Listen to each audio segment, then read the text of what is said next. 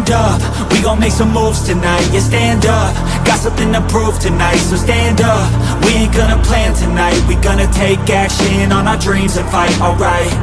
We ain't gonna stall, never stop. We gon' make it all to the top. We ain't gonna plan tonight. We gonna take action on our dreams and fight, alright. Yeah, it's time to stand up, take control tonight. Spend too much time on the plan, it's right. It's time to execute now on your dream in life. Gotta fail fast, learn, try again and fight, alright. Pull the trigger, 6-7 figures. Making that money from the drive that's in ya. Gold digger, making money quicker. Pain is good, make your skin a little thicker. It ain't luck, anyone that's at the top, no it ain't luck. It's a grind, it's a time since the day one. It's your mind deep inside, how you stay tough, how you get back up. You put the work in and it comes back. Multiply, stack, execute and you can take that. What you want bad, it's the truth, I'm the change that you can make fact. Yeah, I've done it, it ain't luck, I can teach you. Stand up, we gon' make some moves tonight. Yeah, stand up, got something to prove tonight. So stand up, we ain't gonna plan tonight. We gonna take action on our dreams and fight, alright. We ain't gonna stall, never stop. We gon' make it all to the top. We ain't gonna plan tonight. We gonna take action on our dreams and fight, alright.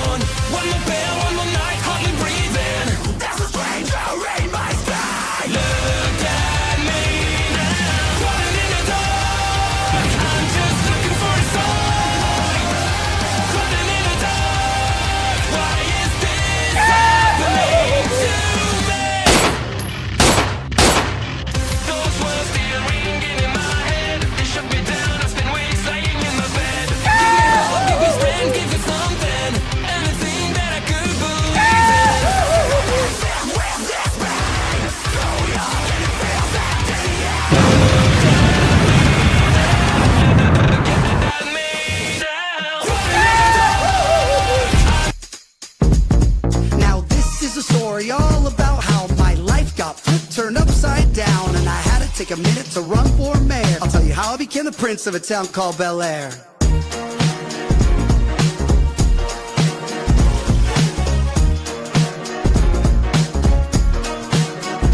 In West Los Angeles, Palisades, my backyard is where I spent most of my days. Feeding hummingbirds, relaxing all cool, avoiding all the bums outside of the school. When a couple politicians who were up to no good started making trouble in my neighborhood, I got in one little fire. My mom got scared and said, "You're moving in with Harvey Levin in Bel Air."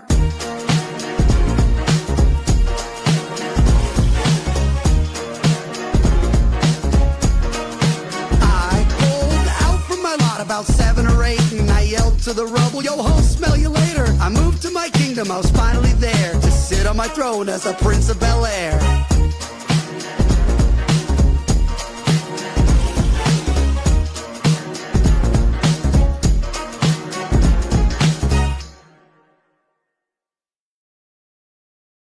I laughed my ass off when I'd seen that. Clever. Hopefully that's the new mayor of Los Angeles. We'll see. It's a long shot, but you never know. You never know. Yeah, I mean, he's getting so much attention outside of LA, but the LA people are such idiots. They're such idiots. When that video started, I thought it was more AI slop, and then I'm like, wait a minute. I think it's actually him. Yeah, it's not AI. And it fits the theme of music and television. I mean, who doesn't like the Fresh Prince of Bel-Air theme song? Everybody loves that. So, well, we'll see. I guess the election isn't until fall, so I guess he's getting traction. June 2nd is when they basically say, okay, this person and this person is the ones that are running. So okay, so the primaries are on June 2nd. The primaries are happening right now, and he's the only Republican. So as long as he gets 50% of the votes, then he will qualify, basically. Well, if he's the only one, that sounds easy. He could probably pull that off. Who knows? Who knows what scamming could potentially happen? I have no idea. There could be trickeration. You never know in California. So, yeah. But it's pretty funny. Like, He's like, we'll move in with Harvey Levin at Bel Air. Dumb. I love it. It's so stupid. I love it. Oh, it's so stupid. I love it. Okay, so I've got some things that we could talk about. This one right here has been in the news the last couple days. Mhm. Let me.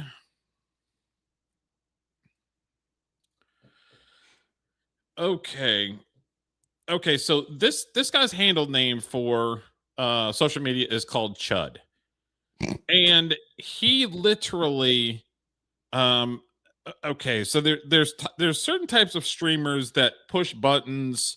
They run and do some weird shit in like a store and wreck it and then run Sure. out. Mhm. Like it's one of these shock jock type things for streaming. Yeah. And this Yeah. guy is basically goes in basically not necessarily like kind of harassing people, but basically putting them in situations and then calling them the N-word and all kinds of stuff. Okay. Yeah. So it sounds like another troublemaking streamer, like that kid that went to, where did he go? Japan and got thrown in jail. I can't remember his name. Something like that, yeah. Johnny Somali, I think his name was. Yes, who's going to be in prison for a while. So he got in trouble and was in court for an incident in Nashville. Mhm. He's walking out of the courtroom. He has words with a guy that says basically, "I have PTSD. Get away from me. I'm going to punch you." And then all of a sudden, they got into an altercation. He pulls his gun out, and now he's saying that it was self-defense. And Okay. of course, people hate his guts because he calls everybody the N-word. So it's like they can't separate the fact that they don't like him versus actual law. Yeah, they're going to where they usually do is, I don't like him, so he should be in jail. Basically. So Yeah. it's like, let it play out. I mean, the guy might be a son of a bitch. We don't know this, but Maybe. to sit there and be like, well, I don't like him, so he should be in jail is kind of bullshit. So Mhm. it's immediately going to put my little ears up going like, what the fuck? Like, Yep. Not the let way it play justice out works. at least. You know what I mean? Mm-hmm. So, okay. So I've got a couple of videos that we're going to talk about with this. So let me. Man that he got into an altercation with and is alleged to have shot, that he's facing this very serious charge of attempted murder. That other man has been identified by Montgomery County officials as Joshua Fox. We also got a narrative here within the affidavit. They gave a lot more details into what happened outside of that Montgomery County courthouse on Wednesday. Officers noted that they watched surveillance video, and in that video, they saw that this started out as a verbal fight that Etherly turned toward Fox and then reached. Okay, Etherly is the Chud guy. Fox is the black guy that was the dude that was standing outside of the courtroom. Okay. And what state is this in? Do you know? Tennessee. Okay. For his firearm, and then a physical fight ensued. Etherly, according to this affidavit, then shot Fox multiple times. Fox was then airlifted over to Vanderbilt Hospital, where he underwent emergency surgery. Now, Etherly live streamed himself, the interaction, it's caught on audio, the interaction that he had with first responders shortly after he's alleged to have shot Fox. He said, "You start saying all that me, I'm gonna hit you." He hit me, started wailing on me, even after I had to defend myself by shooting him. He's still wailing on me. Now, in that live stream, Etherly says that he didn't start shooting until Fox started to beat up on him. But it's important to note that in the actual narrative of the affidavit, officers note that in the surveillance video that they witnessed, this never turned physical until Etherly pulled out his gun. Of course, we've reached out to his attorney for comment, but again, this is a live streamer who's made a name out of himself out of essentially rage baiting, of saying vile content, of going up to people, especially minorities and Black people, calling them the N-word, calling them chimps. So there's been a major backlash from the community about this individual for a long time before. See, but she's another one that she cannot separate the fact that he's a dickhead versus the law. She Yeah. immediately went there. Well, I mean, it sounds like, I would imagine the internet in general wouldn't like either of these people. Yeah. One of them's running around calling people the N-word and chimps, which whatever, but it's rude. It's rude, but it's against the law. No, it's not. And people don't understand the fact that you can say dumb shit like that. Yeah. You can tell the guy to go fuck off, but it's not against the law. Nope. And it doesn't warrant being shot. Now, I will say personally, I don't have a problem with the guy shooting him. I don't like those IRL streamers that run up and try to cause problems. So for me, whatever. Yeah. But from what I'm hearing here, it sounds like this guy with the mustache, Chud, you said his name is? Yeah, that's a streamer named Chud. Yeah, he's Chud going to be in Builder. trouble. Because if the guy didn't touch him and he shot him anyway, it's not going to go well for him. Yeah. We'll see. I mean, it's literally in front of a courtroom. I guarantee they have all kinds of angles. It's not just one person with a phone. You know what I mean? Yep. We can go into like all of this. Like people are oppressed, different, races, all of this stuff, and people should be able to make fun of it. Like if I'm Jewish, bro, and people should be able to make. Okay, so the black guy's Waka Flocka. He's a Waka Flocka Flame, whatever. Florida. Yeah, I've heard of him. Yeah. Fun of that, no matter what happened or on. what people went through. Nah, people can't make fun of Jewish, Muslims, Christians, and that. Because I come from an era where you don't What? disrespect religion. You don't even talk about it. It's respect. Yeah, so that's I think like you're a more serious guy. I'm not and serious. I'm a more like, let's all make fun of each other and be bros. I'm friends with blacks, whites, purples, Mexicans, all of the above, girls, boys, Indians, all of that. So I think you're like really serious. I do too. You're really serious. You're a serious guy, and you're like, I don't want to make fun of anybody. I guarantee that Waka Flocka isn't friends with everybody. Because it's like he immediately put up the guard, like, well, you can't be making fun of black people now. You know what I mean? Yeah, well, it's disappointing to see hip hop people virtue signaling. That's interesting. Yeah, that's quite interesting. Somebody who probably has a criminal record, just saying. And really, the only reason he would want anybody to call him the N-word is it would give him license to punch him. Basically, yeah. Because really, I've never been called a word that made me want to shoot somebody. If I've been punch called them, I'm just like, I've been whatever. called all these, and I literally laughed at him like, am I supposed to be like offended or? I know, but some people take themselves very seriously. Yes, So and Paul is basically saying that, like, look, you're more of a serious person than I am. Like I came from the same type of thing that he came from. We roast the shit out of each other. Yeah, I've been called WAP, Dago, all that stuff. I've been through 2 divorces. You think I haven't been called some shit, Derek? Believe me. Yeah, I'm just saying is we roast the shit out of each other, but we also had each other's back too. That's right. I agree, but nope, not allowed if the person's black. You can't roast them. Apparently not. I'm the opposite. Like, let's all make fun of each other. Let's all roast each other. We can Yeah, I mean, I agree with him. I agree with him. Yep. You know, it's ironic that one of the Paul brothers is talking about this situation because didn't the Paul brothers do this type of thing back in the day? Yeah, kind of. Not calling people the N-word, but Logan Paul went to China or Japan and showed a dead body and he got suspended for like 2 weeks or some shit. Yeah, what would cause? I don't know. I guess the answer is always attention on the internet, but why would somebody go around calling people N-words and chimps? Realizing that might be a thing. I don't know, man. I don't know. I don't get the world anymore, Derek. It's weird, man. Says Aiden Ross and his attorney allegedly worked to help secure Chud Builder's $1.25 million bail after he reportedly jail called surfaced. In the messages, Chud allegedly offered to fight free on brand risk as support continues build. So they're Chud basically has a social media. He's got crypto. He's got other things because he kind of made himself a little pot just in case he got in trouble because of the type of content that he has. Okay. But they won't let him access it. So he's calling, using his phone calls to get people to help him bail himself out so that he can take care of his affairs. He can't even access. What this is about. He can't even access his crypto. Okay. No, I thought they basically said screw you, and they basically kept him in jail. Like I said, there's a difference between breaking the law and being a shithead. And they're basically not giving him a lot of stuff because they don't like him.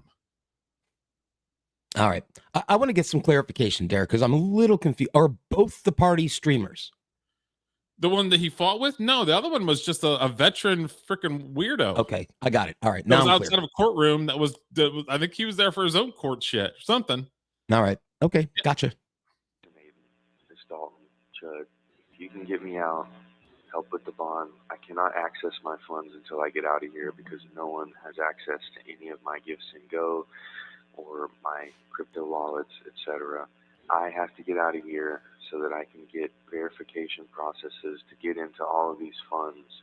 I will fight for free. If you can help me out to post bail, I will fight for free. We'll do whatever it is you want to do, bro. I need somebody with big money who can throw down, who can support me. It's Aiden. It's Dalton. Who would be recording his phone calls from jail? I don't quite understand that. Well, the jail I know records them, but I don't know that they're part of FOIA. Can you request a phone conversation from the county jail system as part of like Freedom of Information Act? I don't know. I'm not sure. All right. Well, so now that you clarified what I was confused about, this guy's an idiot. So leave him in jail. I take everything I said earlier back. I was mistaken. The benefit of the doubt, he's a complete moron. I mean, I'm not debating he's not a moron. I'm just saying so he's the one going up and calling people the N-word and chimps, right? Yes. Okay. Somebody didn't like that. So yeah, guy's an idiot. He should rot in jail, as far as I'm concerned.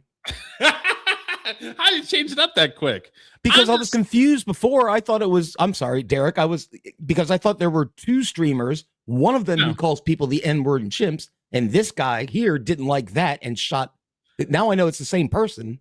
Then fuck this guy. you're not liking him, so you're like, fuck this guy, we're not helping him out. Why would you go running around the street trying to cause a problem, calling people the N-word and chimps? Well, what's wrong with this guy? Like I said, he's one of those stupid ass streamers that annoy people for content. I hate those type of people. Yeah, all IRL I'm just saying streamers. that I can separate not liking somebody with the law. That's all I'm saying. I can separate myself with that. You know how I always say that anybody who wears a beanie and sunglasses in sidewalk podcasting should automatically go to jail? I also would say anybody that does IRL streaming should also automatically go to jail. It's a new day, brother. Julio World Order, motherfucker. Judge, jury, and executioner. That's me. $1.25 million bail is a lot of money. That's a lot of dough. That's what, $125,000 cash to get him out. Whew. That's a good amount of dough. Yeah. Yeah. But I thought it was interesting because there was so much with this story, it keeps trickling out where it's like they're like, you got an altercation, you pull his gun, he shot the guy, and then that's all you heard. And then the next day it was like, there's more information. Next day, there's more information. Next day, it's more. It's like, okay, we're gonna at least say something about it. You know what I mean? Yeah. You know, Derek than just two guys fighting. Last week we talked about the quartering and Chrissy Mayer, right? So after our stream last week, I'm like kind of getting caught up on it. But right when I'm caught up on one thing, something else crazy like this happens. You can't keep up with this stuff. No, you can't. I'm just going to go back to trying to get laid. That's my goal now. Screw the internet. Screw the world. Just trying to dip my wick, brother. Squirrel trying to get a nut. That's pretty funny. But yeah, I wanted to talk about it a little bit because, like I said, it kind of just keeps on building and building and building. And I just had a hard time like with it's just like, I understand that the guy might be an asshole, but it's like you gotta separate asshole from the law. Yeah. And it's like, I'm tired of people just being like, I hate a bird. And it's just like, it doesn't work that way. For the record, Derek, I know that we try to keep this show with music and movies. I'm all for potpourri, baby. I love internet drama, so I'm down for it. Well, I wanted to do a little bit. I wanted to sprinkle in a little bit more streamer stuff, but with it relating to them going to jail, not necessarily just random drama. Well, I would also. The mayor thing is she's a comedian. We talk about comedians all the time. I would argue I have is about a comedian. I would argue it from this vantage point. TV's dead. The internet is TV now. YouTube is TV. There's no difference to me. Movies, TV, YouTube. It's all the people same consume anymore. Visual product, and more people watch YouTube than watch TV and go to movies. Last Tuesday, I played a clip where I can't remember who it was talking about who were the advertisings going to. Streamers. They're not going to network television people. So it's like, well, maybe we'll talk about streamers, but we'll talk about the ones that end up in jail. I like. So this guy ended up in jail because he might be in jail for a very long time for attempted murder. Well, he can stay there. I can't believe anybody's supporting him. Yeah, Well, I can't believe people are supporting him before he got into the altercation with him, just randomly going up to people and. Well, that's just stupid. But I mean, people Yeah. shouldn't. Whatever. Okay, somebody called me a chimp or the M word. Big deal, and you just walk along. Shooting somebody, that's taking it to a whole new level. Yeah. Well, I mean, is he going to lynch him next? Tennessee's Tennessee's a carry state, right? You can walk around with your gun anytime you want to, right? Yeah, a lot of those states. West Virginia's carry, Tennessee's But you can't brandish it at somebody if they didn't do nothing. No, no. Yeah. Of course not. Guy's an idiot. Okay, so this is a clip from Jamie Kennedy had Paul Rodriguez, the comedian, on his podcast. And this is a clip from the podcast where Paul Rodriguez is kind of slandering our one of my favorite actors, Sam Kinison. So I was like, okay, we'll play it. And when he got drunk, he was just a racist. I'd be in my room and he'd come in all drunk with girls and he'd open the door. He'd go, look, there he is. AK Pablo, look. You know? He would sober up and the next day he'd go, hey, Rod, I'm sorry. I didn't mean that. Yeah, a couple of times you believed it. But every time he did that, after a while, I go, you, Sam, you're just a racist. So you thought he was racist? I knew he was racist. He was a racist. He was, he used to use the N-word really liberally. And his best friend, Carl LeBeau, God rest his soul as well. Yeah, after he died, realized that the daughter that Carl LeBeau thought it was his was Sam's, Yeah, he was a brilliant comic, but he was just a piece of shit as a human being.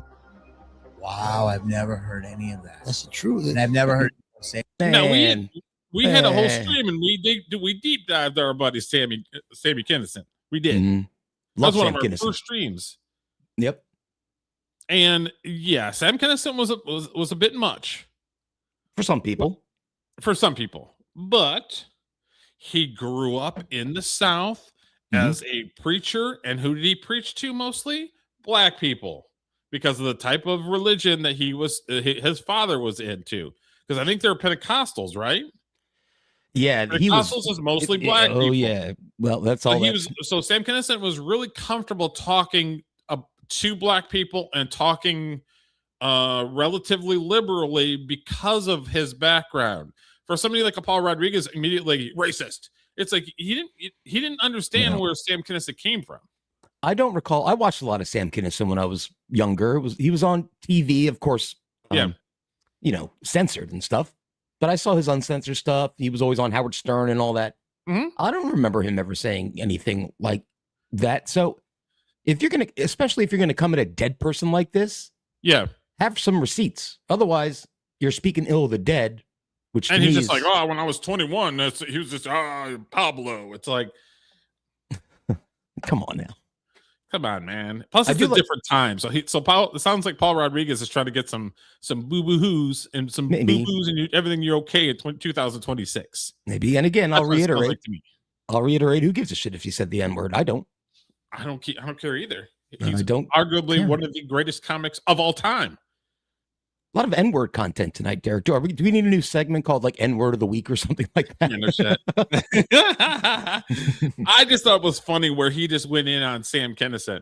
Jamie Kennedy was playing it up. He probably didn't do any research on Sam Kinison. Kinison was a character. Who the fuck is Paul Rodriguez anyway? Do I know him? He's a comic, but I don't think he was that great, honestly. Okay, he ain't Sam Kinison. I'll tell you that. No, he's not a boil on Sam Kinison's ass, as far as I'm concerned. Well, you should stay off Sam Kinison's ass then.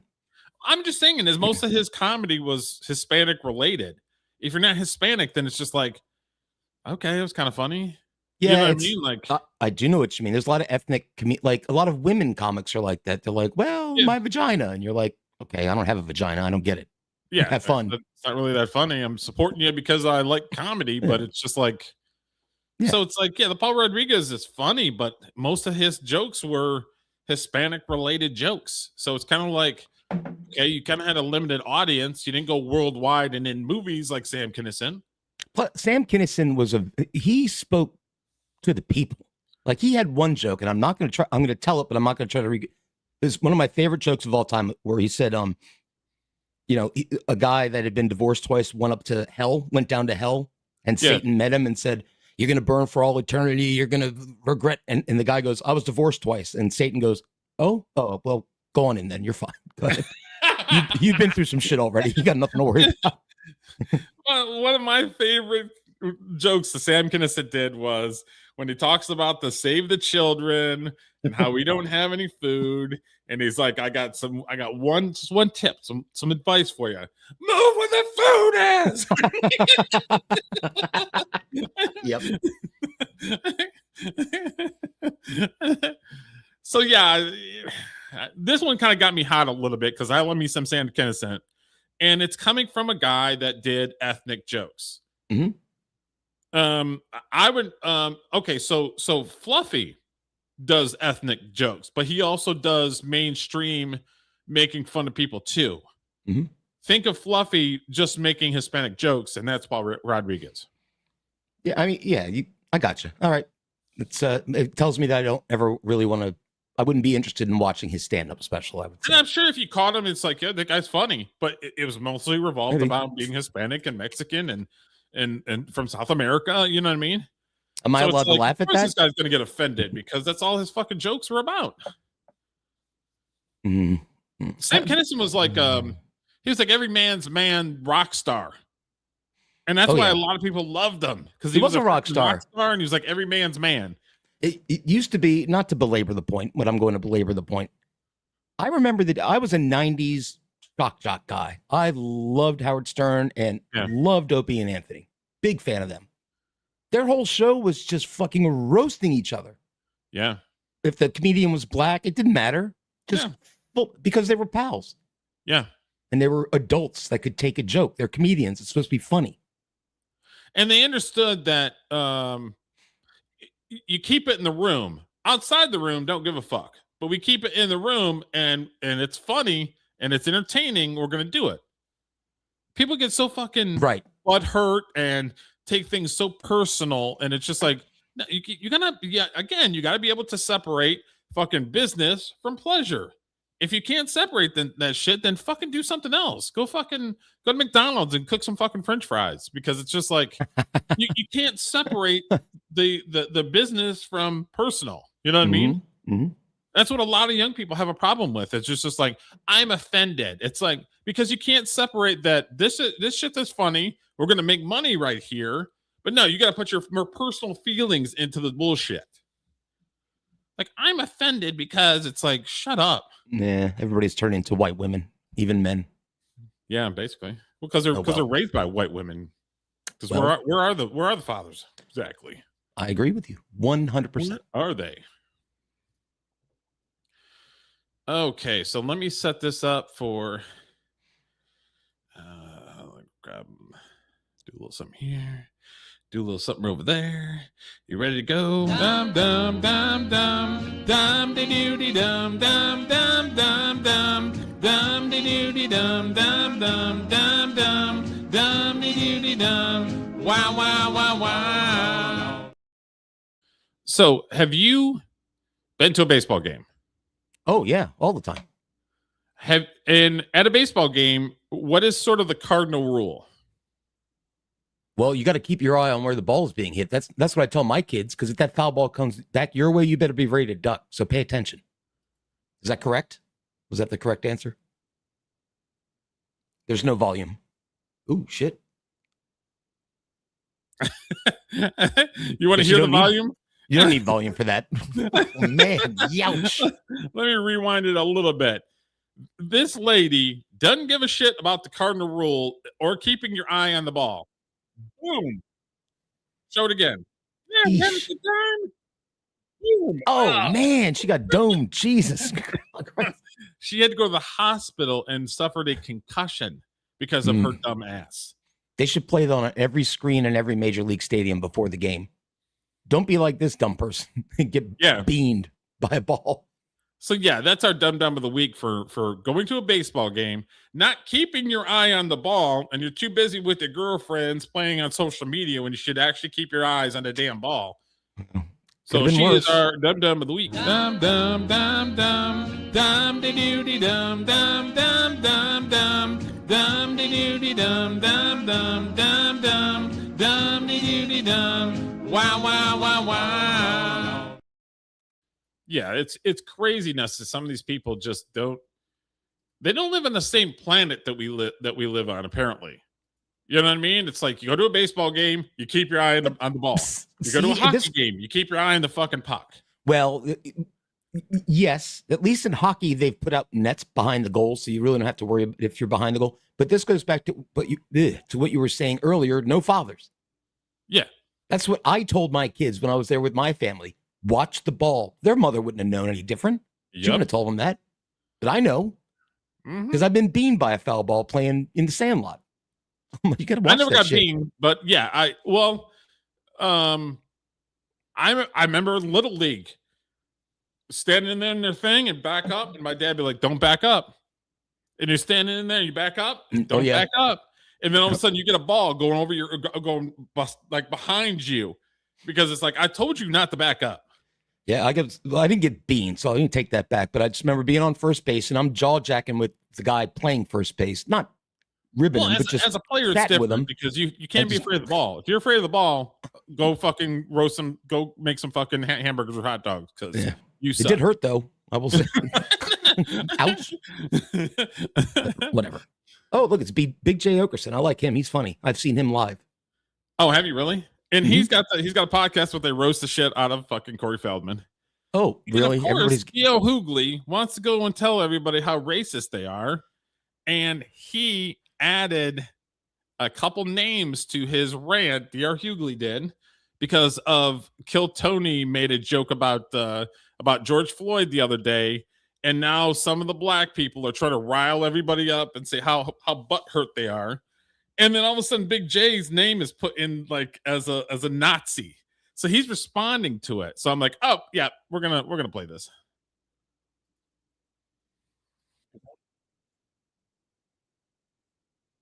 No audio.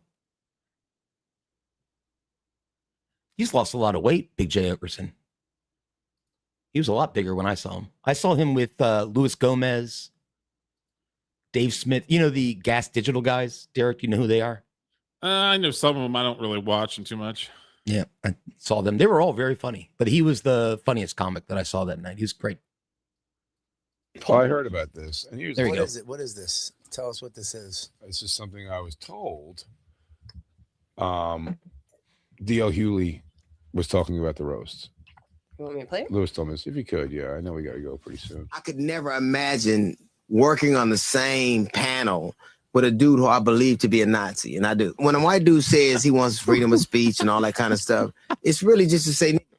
I'm getting so sick and tired of D.R. Hughley. What the fuck has he done lately? Nothing. Another N-word clip, by the way, Derek. You're on a roll. We're 3 for 4 tonight. That's good. Yeah, no good shit. average. When I say everybody should have free speech, you know what? D.L. Hughley might be right now that I think about it. Because I think the N-word should be included in that free speech. Yeah. It's not like I want to say it, but I should be able to if I want to. D.R. Hughley was part of the Kings of Comedy.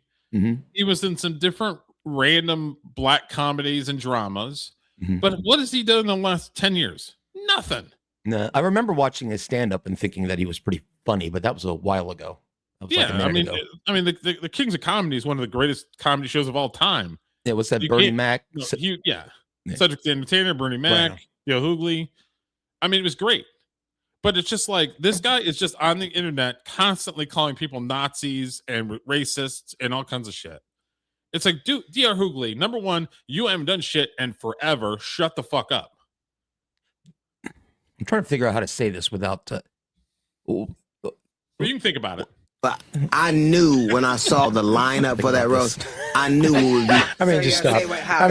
Can I just say something though? It does go from you to Shane to a Nazi. It looks like the SS. So let me finish what you're saying. Tony has no eyebrows. I never noticed that. Years ago, he was at a Nazi rally, and now he's with it was on Jumanji. Play it again. They said it's implied. It's implied because they show your picture. So he's obviously talking about Tony. He's talking about him doing the Trump rally, but then he shows pictures of you and Shane and groups you in. I saw this group. You saw this group in what? You fucking Yeah. pontificating asshole. Be funny, face, for 5 seconds. Stop bitching. There's the one thing I'm about tired of it. watching black guys in fucking Django hats fucking tell me how the world works now and let me know that I'm a Nazi. It's fucking hilarious. A bunch of fucking stooges. Lewis commented.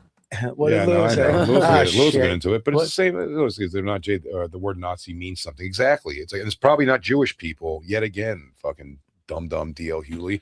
And if you're saying you didn't call me a Nazi and you're calling Tony, it doesn't matter. You're showing a picture of me in this thing. I saw this lineup and I thought to myself, I don't know anything, is what you thought to yourself. Because I've known Kev since we started together, is why I was on the roast. Not to go give Nazi propaganda, you fucking jerk off.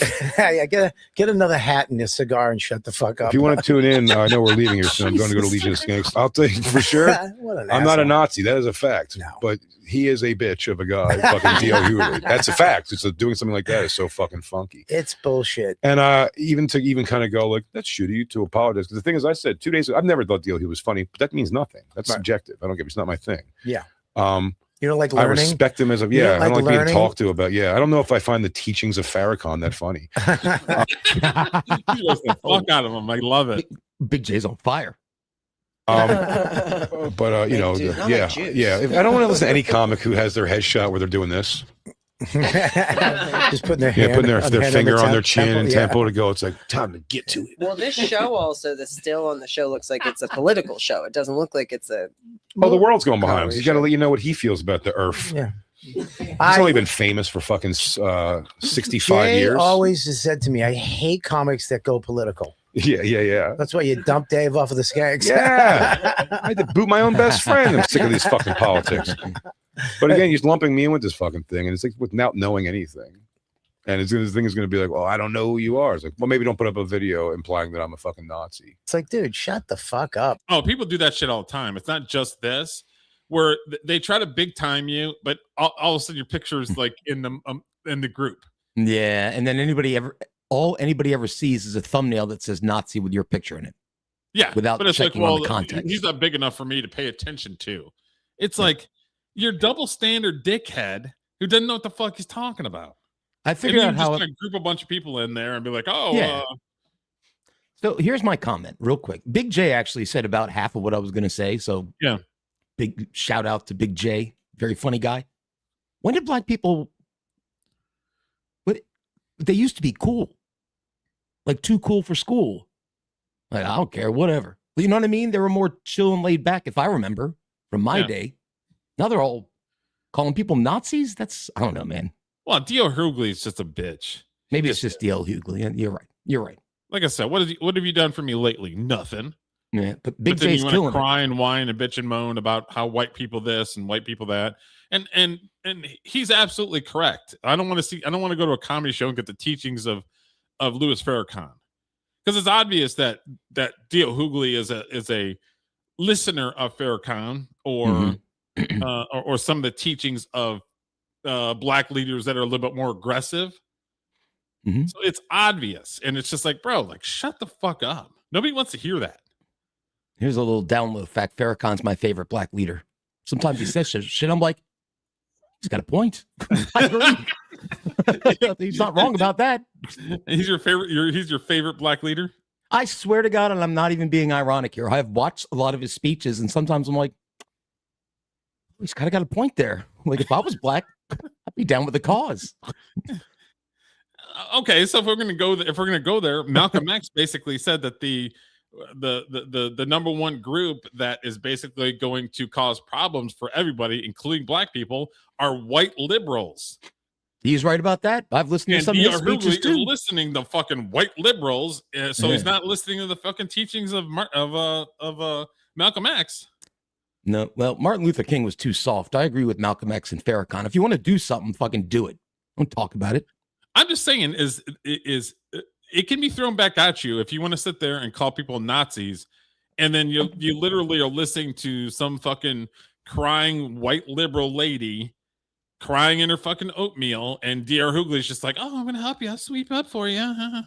Not that word Nazi doesn't. I don't think it means anything anymore. Like honestly, I'm German. My father's side was German. Blue eyes. See, that's where they came from. And but my grandfather, I know, fought in the war, I don't know which side he fought on. I don't know. Yeah. Might have been a Nazi. Who knows? I'm a 14th generation Mullins. My great 14th generation grandfather came to America because he was a Huguenot, which is a group that basically was tossed around because they believed in the separation of church and state. That's where everybody gets there's got to be a separation of church and state. There has to be because they got it from the Huguenots. There's no legal documents in the United States that say that there's a separation of church and state. That would be my grandfather, 14th generation grandfather, and his group that were saying that shit. See, now I'm envious. If people want to talk about indigenous land, how about you all get the fuck off my land? See, I've been mocked by you. My 14th generation grandfather is an original.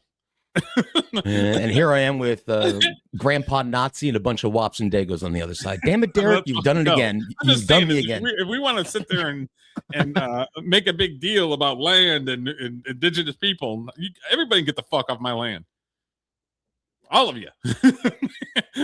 Derek's like, you could all get the fuck out. I'm just saying, like OWTE out. My grandfather was shipped from England to the United States because they're like, we don't want to listen to the Huguenots and their nonsense. Get the fuck out. And they sent them to a place called America. I love it. I love it. Well, if one of your ancestors ever tells me to get out, I guess I got to listen, right? I got to go. Like, get the hell out. He's an original. That's what I do. That's Derek's people. I got to question. Anyway, just shut the fuck up, dude. Yeah. I'm not I don't dislike you now, Dio, because you're black. It's because you're black and dumb. It's got to be both. I wish everybody just black doesn't bother me. Black and dumb, that's my one thing. I wish everybody laughed at the same time on that one. It doesn't matter. It doesn't matter. All right. Well, he might come back on that. He might not come back on that. I'll get worse on Legion of Skanks, so I'm sure I'll fire back at some point. But don't put a picture of me up and call me Nazi and expect fucking just be like, these white boys. Yeah, it's pretty fucked. And you know, I see these white boys up there. Fuck out of here, these white boys. It's kind of racist, Jay. Yeah. I see this black boy sitting back there talking on the podcast all the time. Wow. I love him. I want to start hard, baby. I gotta find out what channel he's on Sirius. I might have to listen to some of his stuff. That was funny as hell. That was great. He's like, yeah, DL Hook. He's like, oh, all right there, white boy. Why don't you? I'm like, God damn, Big J. I'm just saying, if you've got somebody that's gonna go there, you better fucking be able to take it.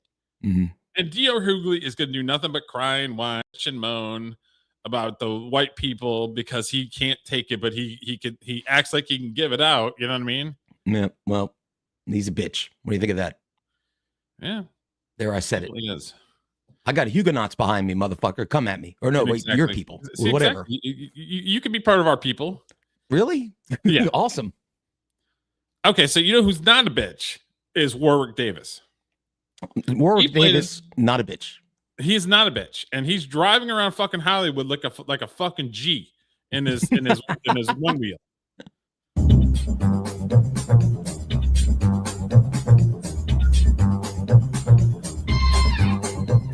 That looks like an ice cream cone or a fucking candied apple or something. I don't know what the hell it is.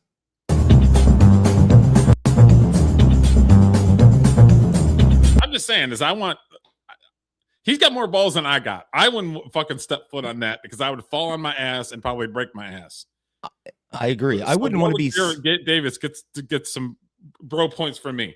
He gives zero fucks. He gives. I wouldn't be caught dead on one of them things in public. This man. Oh, there's no way. I'd be able to. I'd literally fall probably. I'd just be worried about being called. Look at that Fanoik over there on his little speeder. But Warwick Davis does not care. See, I like the fact that Warwick Davis is comfortable in his own skin. He don't give a shit. I like it. Somebody should have. I do like it. Somebody should have put in Steppenwolf's "Born to Be Wild" as the soundtrack to them rolling on their little segways. Yeah, that would be kind of cool. Motor running. Yeah, on the highway. Okay, so we watched a clip a couple weeks ago about Donald Gibbs saying that he had a horrible time with Jean-Claude Van Damme. I told my Jean-Claude Van Damme story. I reached out to his website to see if he would come and hang out with us for 15-20 minutes so we could just talk to him. Okay. Yesterday, he died at age 71. He really didn't want to be on the show, I guess. He really did not want to be on the show, and he literally died 2 I'd weeks rather die after than be on. That's some shit, isn't it? Dude, that sucks. Yeah, and he was Ogre. I remember. That's right. I remember we watched this clip. Oh, that fucking sucks. Yeah, right there, Ogre. Nerds. Yeah, Revenge of the Nerds is great. Loved it. Nerds. And the guy in the middle right here, he played on Married with Children. Ted McGinley. Yeah. And I got a Ted McGinley story. I worked on a Christian movie, and Ted McGinley's a Christian. And it was sort of like this office drama where like the company he worked for was like doing some shady shit, but it was a Christian themed movie. You know what I mean? Yeah. And I think it was called Redemption. Pretty sure it was called Redemption. And a super nice guy, very approachable. You could just walk up to him and start bullshitting with him. And it's like, this guy is freaking amazing. Ted McGinley was great. Okay. The last day of production, he's like, oh, I got a surprise for everybody. He ordered one of those freezy, like those icy pop trucks, and had it pull up for lunchtime. So everybody got a fucking icy pop with Ted McGinley paying for an icy pop for everybody. What a legend. I love icy pops. Like, I love this guy, and he gave us fucking icy pops. What the fuck? I'm gonna marry this guy. You're a cheap date, just a couple of icy pops, and you're in. Icy pops, and I'm fucking ready to go. It's all right. You're a simple man. I dig Ted that. McGinley was fucking. He was big time. Oh, Ted McGinley's great. I really like him. He also, if I recall directly, was considered the kiss of death for a TV show because he was on several shows that when he joined, they were canceled. Yes, like 2 or 3 years. Like that. Yeah. But movies, he did okay. But yeah, he's great. He wasn't like Ted McGinley. He was great in Married with Children. I loved him. Yes, he was. Because he wasn't originally cast. Remember, it was Steve was the character's name. Yeah. But yeah, it sucks. I literally reached out to this guy like a month ago, not even a month ago, about coming and hanging out with us for 15, 20 minutes, and he passed away at the age of 71. Well, here's a little tip for you. Why don't you try reaching out to people we don't like to see if they want to be on your show? Because apparently you've got some sort of like JD Vance mojo where you're killing people remotely by just asking them to be on the show. Yeah, no shit. Okay, so we do have a 2-pack of Dum Dum. So let me roll the other Dum Dum. Dum dum dum dum dum de doody dum dum dum dum dum dum de doody dum dum dum dum dum dum de doody dum. Wow wow wow wow. And this is right where he lit it. The other person was jumping back across, and he lit it as he was jumping back across, and the fire started here. Mike. So this guy right here owns a cannabis store. He had people break in, and then a fireball was created in the guy's store. And he thought it might have been competition. He wasn't sure. But yeah, this is what this is about. Is about literally people stealing from him and then creating a fire in this guy's store. Bahora is the owner of Pure Cannabis outlet in Monroe. At first, Sunday's break-in seemed like a simple smash and grab until he watched the video. We've been here for over 3 years and have never had a break-in or anything like this. So it was quite a shock to everybody. Surveillance video shows a Jeep crashing through the shop's front door. 2 suspects hop out. One runs towards the back and grabs a handful of product from another room. See, they knew where the stuff was. So either they were there to scope it out, or they used to work there. That's what I thought. Yeah, my thing, they're not just there to steal weed or whatever. If dude's got a can of gasoline, it's like something what do they call it? It's like internal inside job, something or an ex-employee, like you said. Fucking guys, we're gonna torch this shit and burn it. Yep. The other starts pouring he's pouring gasoline gas all over the fucking counters, computers and shit, trying to make the business go up in smoke. Instead, they light themselves up. One of them still on fire as he runs through the parking lot. Definitely after hours, sure. Thankfully for us. Feet don't fail me now. The shop's marketing team is going all in, posting parody videos online, and even buying gas cans to That's use pretty as funny. tip jars. We're gonna allow our bartenders use them for That's tip fucking jars, hilarious. Have some more fun with it. Right now, the Monroe County Sheriff's Office is investigating this as an arson. They say the Jeep used to ram the store was reported stolen out of Detroit. In the meantime, Mike and his team say this doesn't feel random. questioning if they were targeted possibly by a competitor. I never thought anybody would take it to this level, and maybe they didn't. I don't know, but it definitely seems like it was targeted. And we're not going to point out the fact that those are white gentlemen that were rolling in there. With those two guys? Those damn white people. I hear what you're saying. I see what you're doing. Yeah, I hear you. All right, yeah, well, that's a double pack of dum-dums. I know. This dude literally lit himself on fire. I love it. Robbers getting lit on fire and cannabis stores being blown up. I'm all about both those things. So fuck the store, fuck those robbers.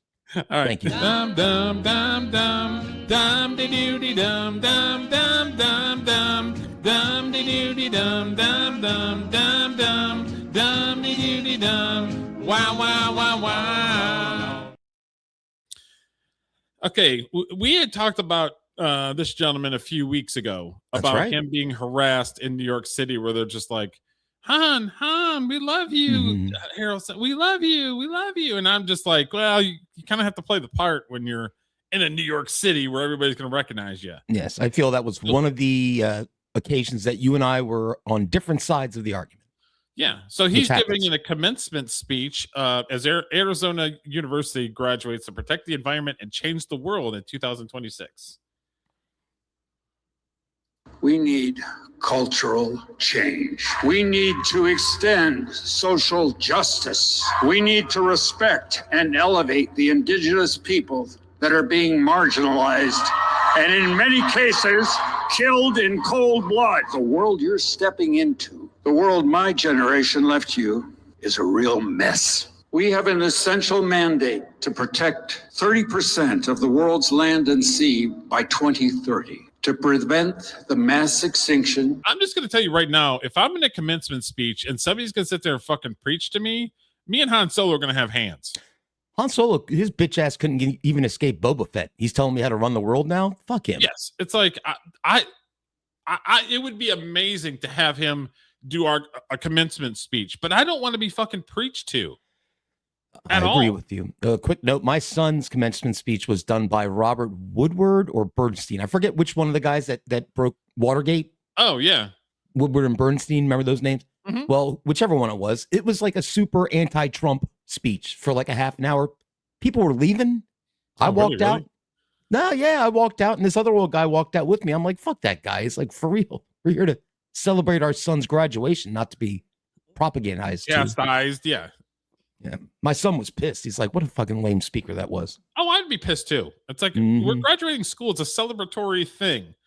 It'd be great to have him give the commencement speech, but if you're going to sit there and fucking preach to me about some bullshit. The commencement speeches should be inspiring. Yeah, it should be like, go out there and grab the ring and be your own Jedi and all this other shit. You know what I mean? Yeah, defeat the Empire. Oh, he is doing the defeat the Empire bit. Shit. He wants to be part of the Empire as far as I'm concerned. To slow the warming of our planet. Still, despite new science. I got news for you there, Han Solo. It's going to do it on its own because Mother Nature don't give a fuck about your plastics. Don't give a fuck about your tree hugging situations. It doesn't.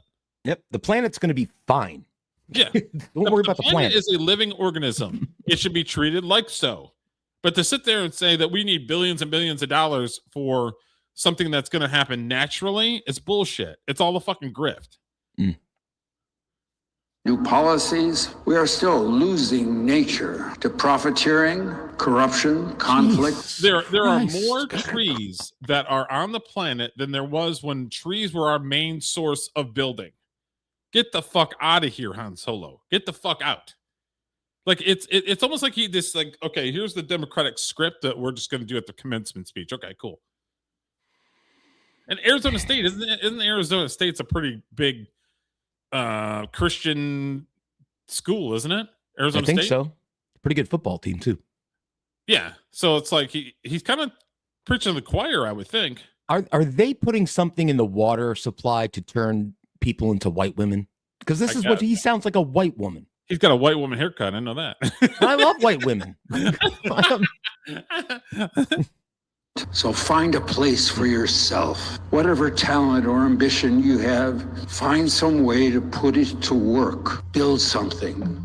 that didn't exist yesterday. Stand up for someone who can't stand up for themselves. Bring people together who weren't talking before. That's leadership. That's what moves the needle. Your generation has far more power than you may realize. And if you harness that power, if you find your leadership, your issues, your voice, the world will not be able to ignore you.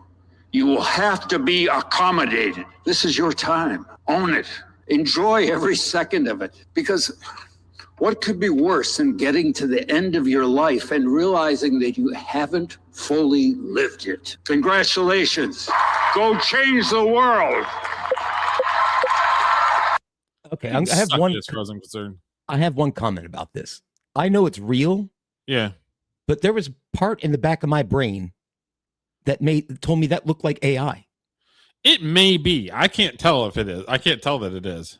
It's probably not. I can see him saying stupid shit like this. It's just my point being it's weird because now I can't. I'm like, is that real? AI? I don't know. I don't think it's AI because I don't think so either. It doesn't look artificial. It doesn't look like his wrinkles and everything look pretty real. Yeah. All right. Well, let me retrospectively wipe away anything nice I said about him a few weeks ago. I was young and stupid, Derek. Okay, so this gentleman right here, I like Adam Driver as an actor. Sure. Let me stop screening it because it's gonna be. I think he was the one good thing in the sequel trilogies for the Star Wars movies. He was actually pretty good. I thought he was actually pretty good. Everything else was sucked. Agreed. But he was not born in Hollywood. He was somebody that was an actor. He worked in theater. People liked him. Ex-Marine. So he wasn't born and bred into the industry like some of these other people have, you know? Mm-hmm. So his opinions are a lot different than most people's. So it's like, I actually appreciate his honesty. I don't always agree with everything that he has to say because he does play the game a little bit. But I mean, I don't disagree with him. To me, family is the most important thing. That's right.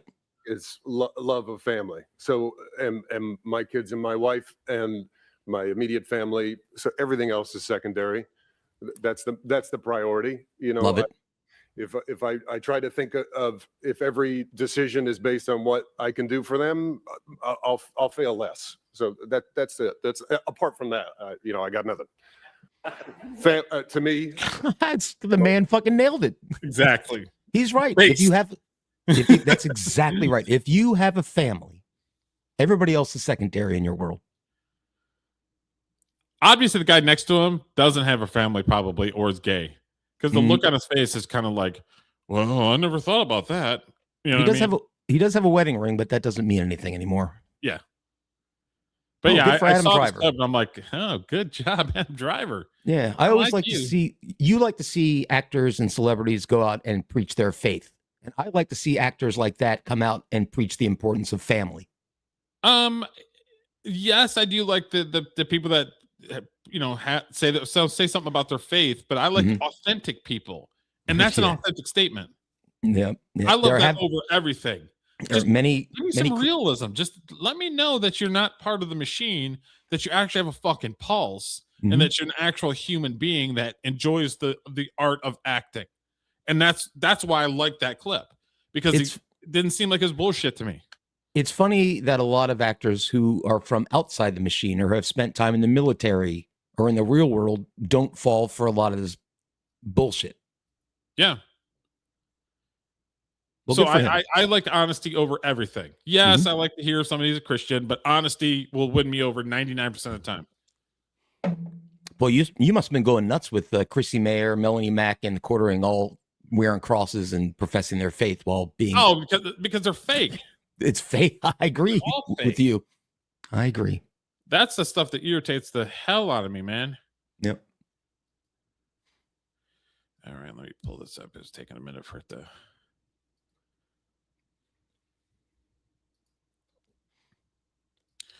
Well, let me show this first so we can get some context. Okay, so Selma Blair, she was really popular late early 2000s into the early 2010s.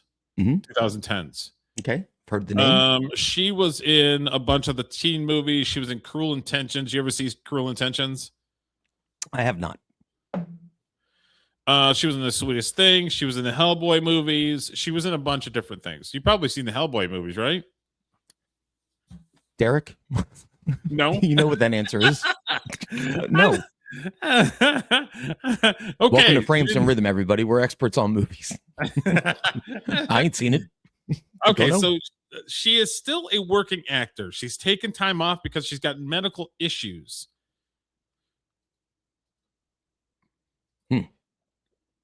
Okay. So to give some context, this is kind of like this is on her IMDb page. I always thought I was on a reality show, like I was in a documentary, but only God would see it and disapprove. I'm so sorry, I can't talk right now. We're shooting the final days of my life. So she's got MS and she can barely walk, but she's still a working actor and still out there in them streets. That's rough. My best friend in high school married a girl who had MS, and that's difficult. Yeah, it's real difficult, and It's a shame. I blew it, and I canceled out of the clip that I wanted to show, but What is it? Botchamania? Did you mess up? Botchamania. That's all No, right. but it was her at a con in Detroit, and they were Mhm. talking to her about her life and everything else. But I thought it was interesting where she's still a working actor, and she's not, in my opinion, she's not that great of an actor. But I do appreciate the fact that she's still out in them streets doing her thing. Yeah. And A she's plus for kind of effort. messed up. Well, she has to, it's harder for her than everybody else. So I Yeah. appreciate the effort and the bravery, and that's great. And she's a Metro Detroiter. Shout out. And a good example for other people with MS who think Yeah. maybe there's a lower ceiling for them, and they see somebody like her and go, you know what? If she can do that, how can I do it? So good for her. Positive influence. Yes. Okay, so Ooh. Hold up. okay, Is so there- the last couple of days, there's been some lippy fans and some lippy baseball players. Lippy. And this is no exception. So we'll watch this real quick. Tie game. Miguel Vargas coming through here in the fifth. That was a big effort by Crow Armstrong, but for the first time in this series, he comes up short. I had found a clip, and I don't know if I can find it again, but he calls her basically, he tells her to shut up, fucking cunt, or basically tells her shut up, bitch, or something like that. She should. He just got suspended for 10 games for calling that girl a fucking cunt, bitch, and telling her to shut the fuck up. I'm with him, but I kind of get it. You can't be doing that to the fans. I wonder if somebody. And that looked like a Cubs White Sox game, so it was heated because that's that crosstown rivalry out there. Yeah, I was hoping that somebody had. And she was wearing black and white like socks, yelling at the Cubs players. Yeah, she got a little too lippy for my taste. Let me put Armstrong. Well, while Derek's gets looking it up, into it with a fan. All right. Derek has made a movie called The Warrior, which is available on YouTube. I have watched it 4 times now and enjoyed it every time. And I kind of am still in a band called The Prominent Citizens. Look us up on YouTube as well. Did you guys kiss and make up yet? No, me and the other guy are just going on without him. Oh, okay. If he wants to come back, you come back, but whatever. He's sweating it. I don't know if it. Where's the sound? I saw this clip earlier this week. I did see this. She was kind of being a I hate cunt, trying to do it. I hate trying to do it on the fly. Well, that's all right.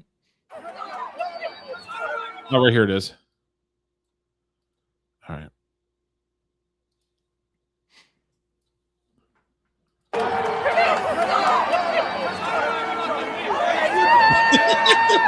Shut the fuck up. He grabbed his fucking nuts until that horn would shut up. I mean, when he's right, he's right. Fucking dick, bitch. Well, they are in Kaminsky Park or wherever it's called now, so that Cubs. Yeah, player but should- he got suspended 10 games for that. Nah, that's a bit harsh, but I get it. You don't want as the MLB doesn't want their players rolling around calling. You can't do that. Just walk away. Oh, I'm gonna no. So I'm going to literally play about 10 seconds of this. Netflix, do not strike us. It's fucking fair use. Because this is literally the fucking match. Transformative content. I would have been so pissed off if I went to this, spent thousands of dollars just for this bullshit. Okay, so watch this. It's literally not even 10 seconds. Go. Goes down. Rolls around for a second. Hits her in the face. Armbar. Done. That was the whole fucking match. All right. What are your thoughts? Kidding me? Okay. Let me give some brief thoughts and I will turn it over to you. So I'm glad I didn't watch this. I actually thought about watching it and didn't. Very disappointing. You would think Ronda Rousey's thing is the armbar. That should be the first thing you're looking out for. And Gina Carano clearly didn't do that. However, the build-up to the fight was great because it was Gina Carano in hot-ass dresses. Yes, it was. So I'm down with that. Derek, do you think it was... She dropped 100 pounds for it. She's stupid fine. It's ridiculous. Ridiculous. So she's ridiculously hot, but I think this was all just a work. I think the whole thing, they knew that Ronda was going to kill her. That was going to be my question for you, Derek, is do you think hashtag rigged or no? Yeah, I think it was a work. But I mean, Gina Carano probably made $500,000 because she made like $1 million for the fight or something. Once she pays her trainers and people and all that shit. Let me play devil's advocate here to your theory, and I'm not discounting your theory, but why would you end it in 17 seconds if it was a work? Wouldn't you want it to go on a little longer so the people are happy? Who knows? I don't know. I still think it's a work.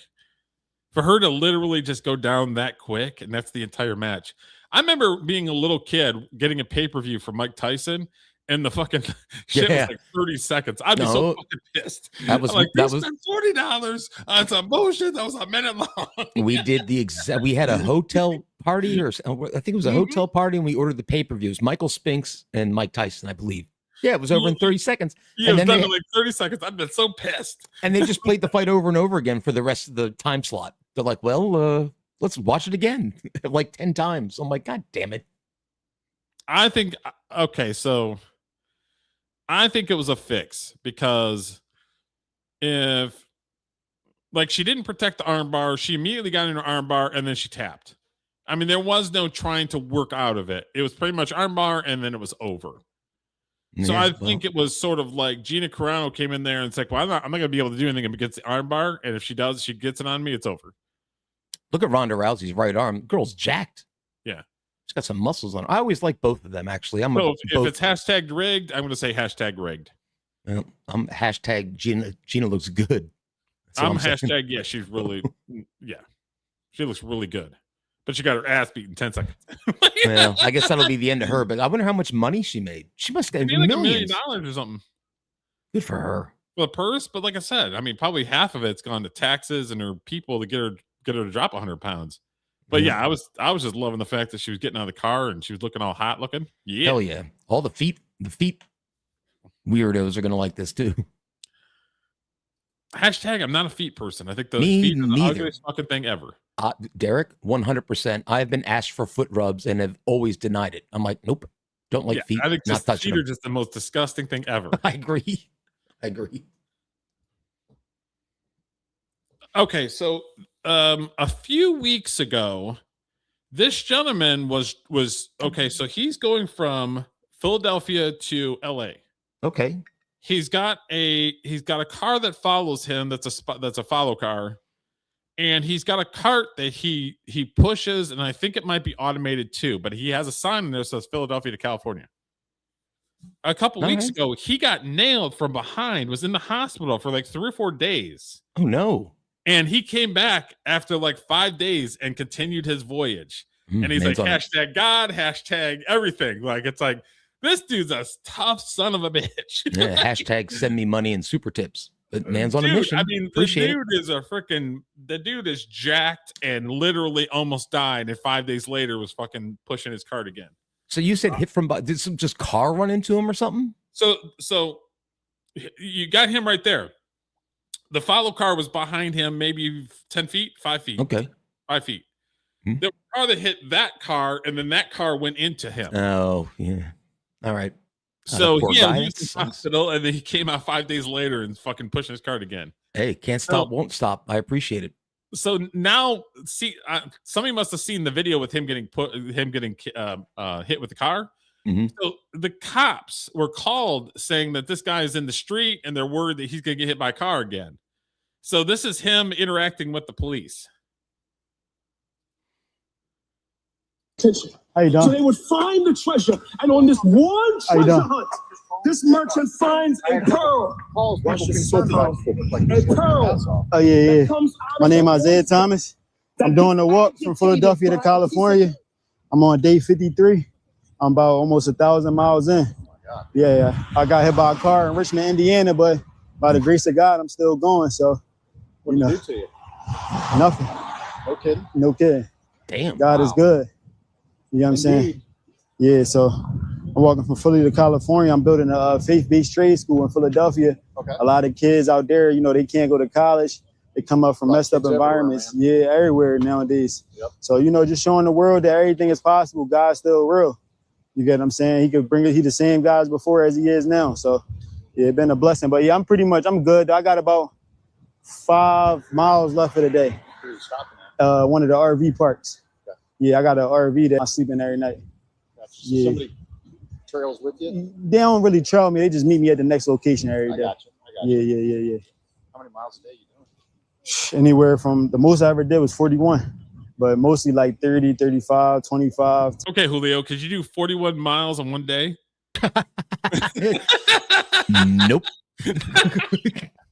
This dude is a fucking beast. Yeah. That's all I'm saying. He's a fucking Respect beast. for this guy. Absolutely. Fuck yeah.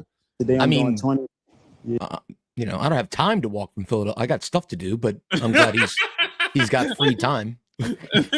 I mean, he's starting a faith-based nonprofit, which cheers to him. I'm going to be such a jerk here, but I got to make a comment on one thing he said. He said, because some of them kids can't go to college. Why? The Is there a hood? reason for that? Why? I don't know. Read? I don't want to assume. Get good grades, and then you get a scholarship because you're black if you're in the ghetto, and you go to college. Not that hard. But okay. Yeah, I would think so, but I'm just saying. But anyway, other than that, this guy's a beast, legend, love him. He's a fucking beast. I know that. How many days? How much time does it take you to do it? I'm doing like 4 miles per hour, 3.5, 4 miles per hour. Yeah. Or just somebody called and they're like, "Hey, there's this guy. I just want to make sure he doesn't get hit because he's in the roadway." And I'm like, Yeah. I'm staying off like the side, like in the white lines. You're good. Yeah. I just want to check on you, make sure everything's good. Yes, sir. I appreciate y'all. Good What's your luck, name? man. There you go. Jim. Jim. Thank you, Jim. I appreciate you. God bless you. That was nice interaction. See, pleasant. I guess black people and cops can get along. I guess that can be a thing for sure. I guess so. Well, I got respect for. I mean, This walking. dude is beast, and I'm definitely gonna keep covering him because the guy's amazing. He's such an inspiration. There's a nice outdoor plaza that's about 7 minutes driving from my apartment. Beautiful movie theaters, PF Chang's, great little shops. So my girl's coming over this weekend to hang out, and I said we'll go to these shops. She goes, "Oh, cool." I said, "Yeah, it's like 7 minutes away." She goes, "Oh, we can walk then." And I'm thinking, no, you might be able to. Walk with your girl, damn it. Walk with her. I can't walk that far. I'm not going to embarrass myself. Forget it. She's driving. You just sap all the fun out of everything. If she asked me to walk, I would, but I just got to, I'm a little, she's a little younger than I am. So she's got a little pep in her step that has left me a long time ago.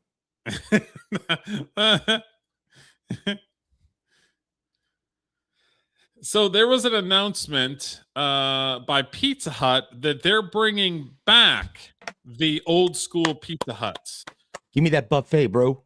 Hit the Heck salad yeah. buffet, pizza. So I'd I'm seen there. the story and I'm like, oh yeah, we're going to talk about it. It's a big trend right now. Restaurants going retro to Not try going to to say anything. bars into dining rooms. Bradley Blackburn got a taste of how they're putting nostalgia on the menu. In the hills of Tunkhannock, Pennsylvania, a familiar red roof catches the eye. Inside the vinyl booths, Tiffany-style lamps, and yes, the salad bar decades ago. Look at that. It's amazing the comments we have about they have the red cups. Yes, we do. To start working at a Pizza Hut that looked like this. He's now in Westland, Michigan, where I'm from. They have an old school Pizza Hut that me and my buddy Jason went to forever, since since high school.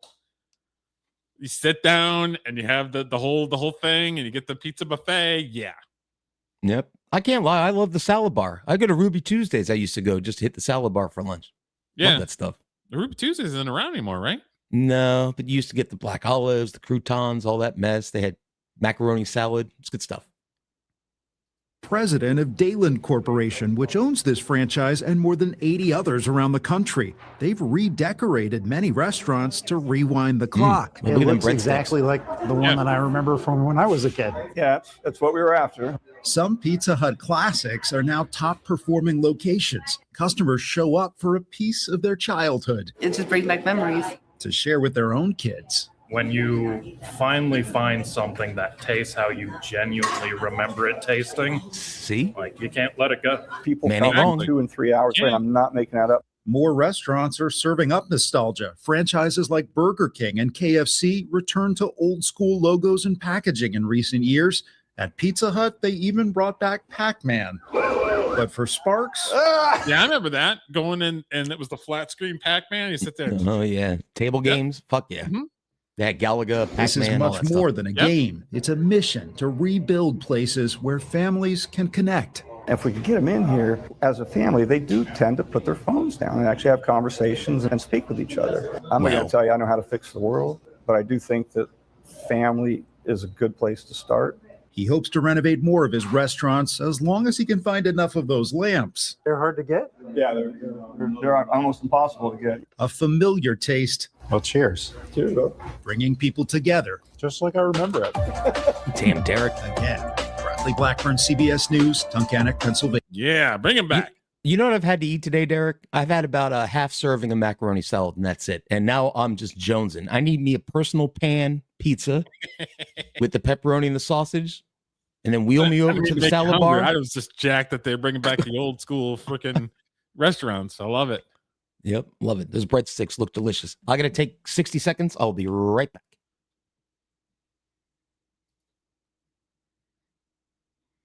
All right, let me start this next one.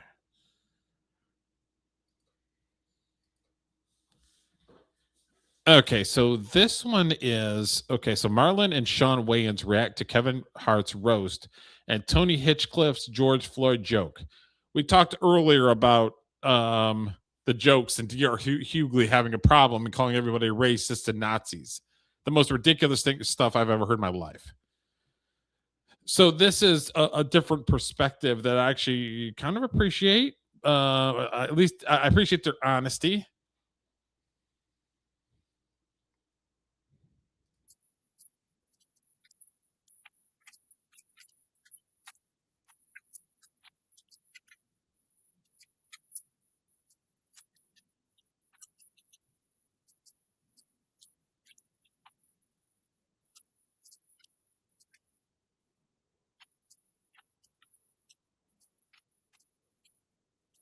No audio.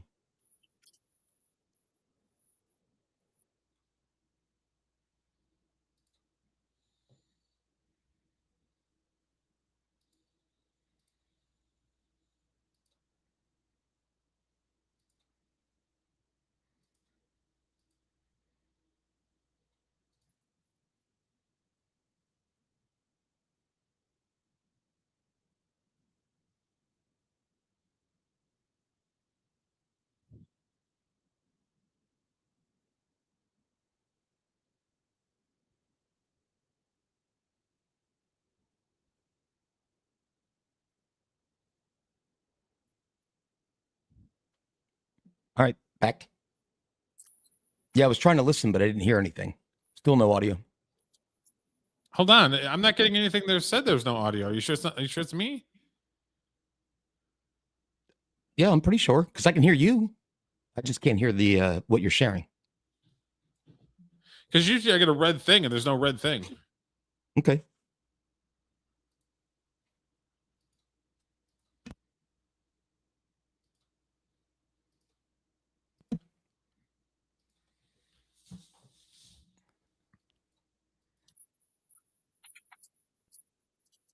Still hear it? I don't hear it, but if you're confident everybody else can hear it, then you can just tell me what happened afterwards. I'm not getting anything saying anything otherwise. Okay.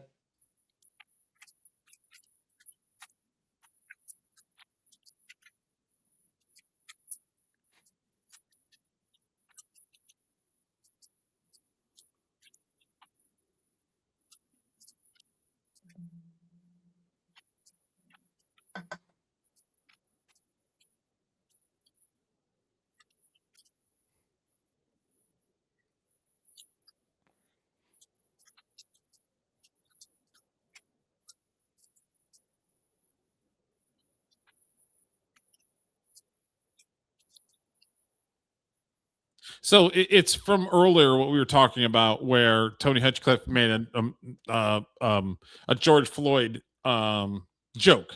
God forbid. And this heavyset black woman who supposedly is a journalist, sure, immediately talked about, well, black people can't be made fun of, and black people came out and said, no, if you can't censor comedy. If a joke doesn't land, then it doesn't land, and then you move on. Well, that makes a whole lot of sense, Derek. Makes a whole lot of sense to me. Who are these brothers up here? Is that the Wayans? Okay, that's what I thought. Marlon Wayans. All right. Yeah. Well, good. Like real comedians, they know what they're talking about. Correct. I'm so sick and tired of the Mother May Eyes trying to. Well, it's a racist thing, and we can't talk about black people and George Floyd.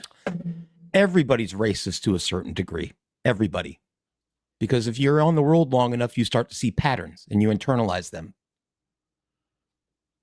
Just the way it is. Okay, so this is a This is a good old fashioned cops getting involved in some stuff. Okay. This is straight out of a horror movie, and I'm like, well, we talk about movies, so let me know if you hear the audio. Okay, I will. Family County 911. I can hear this. What's the location of your emergency? Okay, honey, hang on. They're coming, okay? Is there any way you all can get into a different room and shut the door? What's on fire? My house is on fire! As deputies scrambled to the rural residence deep in the woods where the family of three lived, the details they received from dispatch became more bizarre by the second. He's on the husband's bobcat. You boss is on a bobcat? That's what she said. He's on a bobcat. Okay, it's in the middle of the woods. The dude's on a bobcat. We don't know where the fuck we're going. Are you going to this call, Julio? If you're a cop? I mean, I would have to, wouldn't I? I mean, yeah, it wouldn't be my first choice. I would be like, you know what? I'll do it. No, I don't know. I don't know if they let you just go. Nah, I ain't taking that one. Give it to somebody else.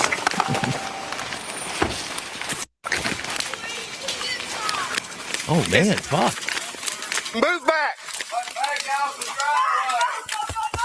Where's he at? I don't know.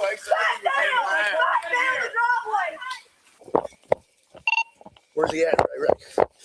Are there any weapons in the house? Yes. I guarantee you.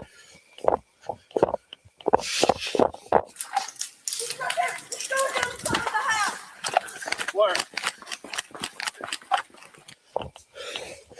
Is he on the bobcat? Oh, that's kids. You talk about the officer? Apparently the suspect in the house maybe has weapons. What's a bobcat? We don't know I yet. don't know if I would trust the fucking people screaming. Yeah, this You is don't know bizarre. if you're walking into a fucking trap because this lady can't shut up and her house is like burning. Well, you're right though, Derek. This is very. It has a very. It looks like a movie. Yeah.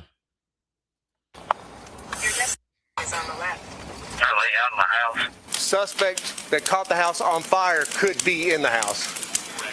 What's his name?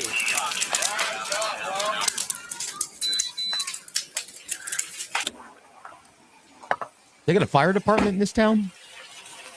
Well, a lot of times the really, really small rural towns have a fire department, but it's all it's all volunteer fire department. No, I gotcha. So they got to get to the station, which is probably Yeah, miles away. Their shit could be either on the way or an hour away.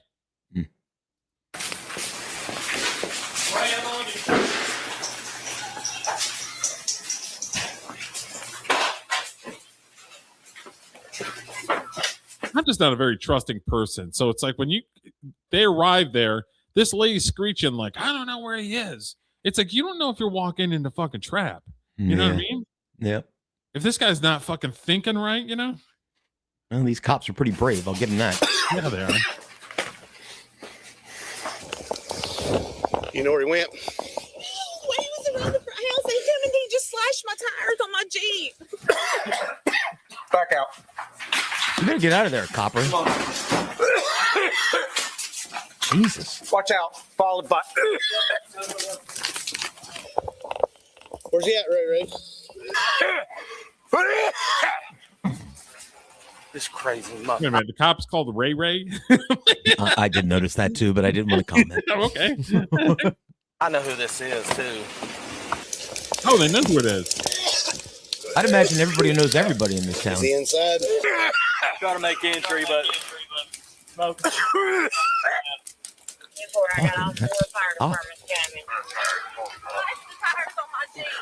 He came around here after he was stoking the fire. I said, hurry. I'm dragging my Jeep down. Hurry up, back it out. 15. It's going to be that one that me and you were out with a while back.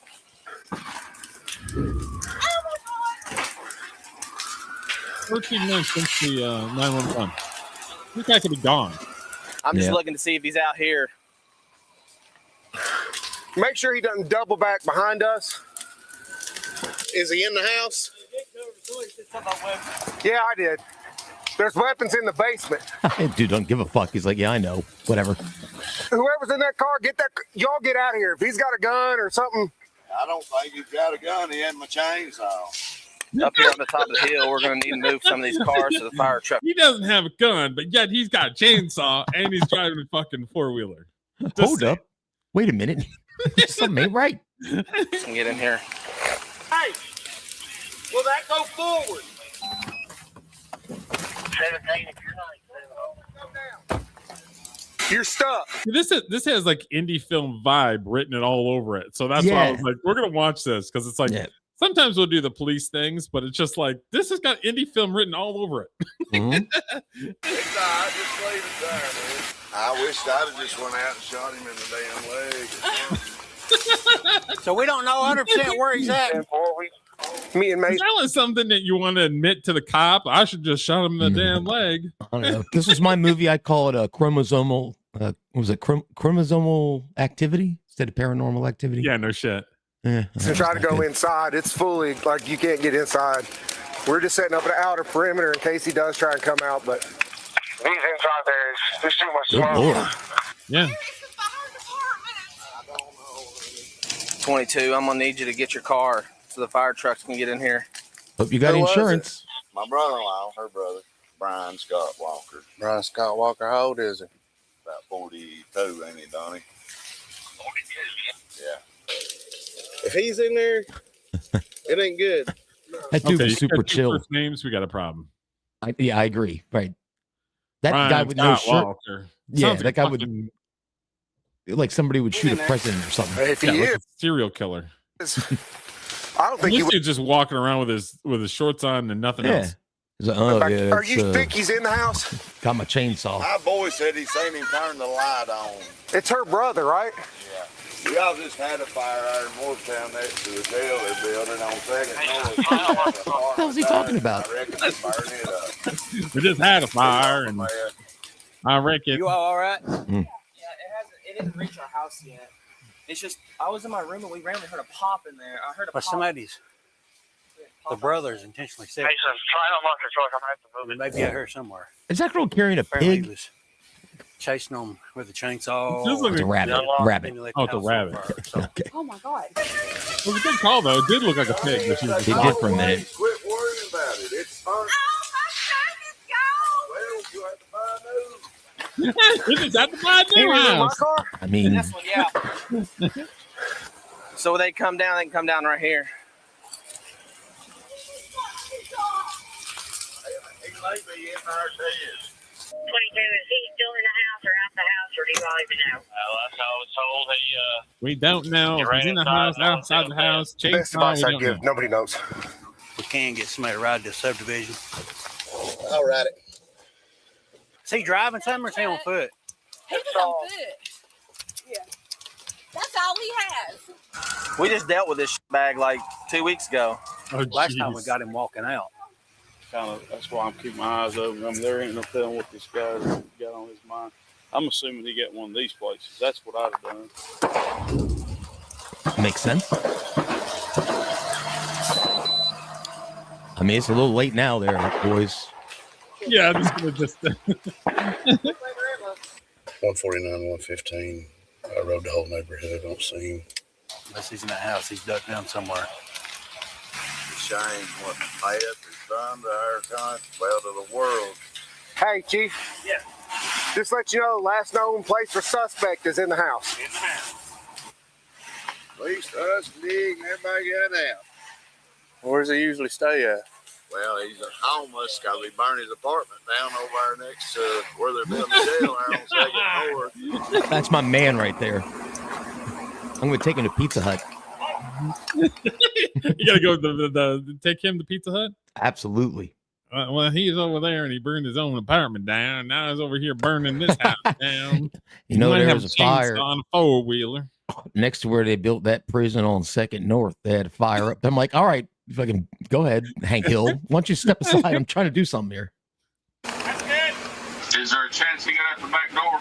There's a chance, but I mean the family's scattered. But the last day he saw, that he was going inside. He ain't in there.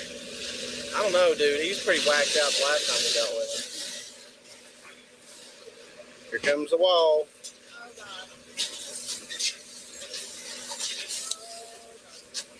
Everybody's up to speed.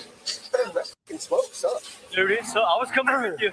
You need me to give you mouth to mouth? No, we'll put this dip in and call it a day. I don't like smoke. As firefighters try to extinguish the inferno, officers search the area for any I gotta put my chew in and call it a fucking day.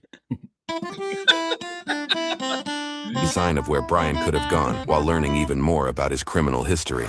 You remember Brian Walker we put in jail years ago, him and another Brian for breaking in houses? That's him. Had one of mine burned down back when I was a young boy. My stepdad got caught in it. So at least everybody got out. Yes, we were very fortunate and blessed that we was all able to get out and even got Dig. My man's seen some shit. Ex-wife called me and said he showed up at her residence last Friday. Uh-oh. Ex-wife? On meth, talking out of his head, and he was on foot. Hey, what's he look like? Like a pure meth head. He's got in his head that I've done something against him. So he just shows up. Yesterday was his last day in the motel, so he's not. What exactly does a pure meth head look like? I don't know, but I love this guy. Yeah, this guy's awesome. He's just like, I don't give a fuck. He's just lighting a cigarette. You should have a beer in one hand. I bet he's got a drink in his hand. Oh, That's he my probably guess. does. He has. You definitely have a road beer at least. Yeah. Again, I guess he's gonna make us homeless. I rode uphill trail if you want to shoot up Spout Springs in case you got in the woods or something. I'm walking behind these houses right across the uppers, just in case.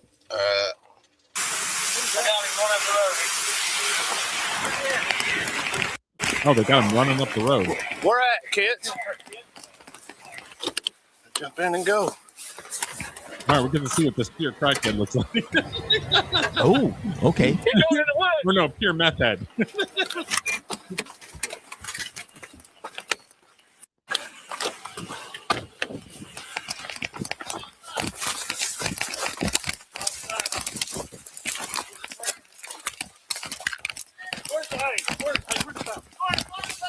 Oh, yeah, good idea. Back there.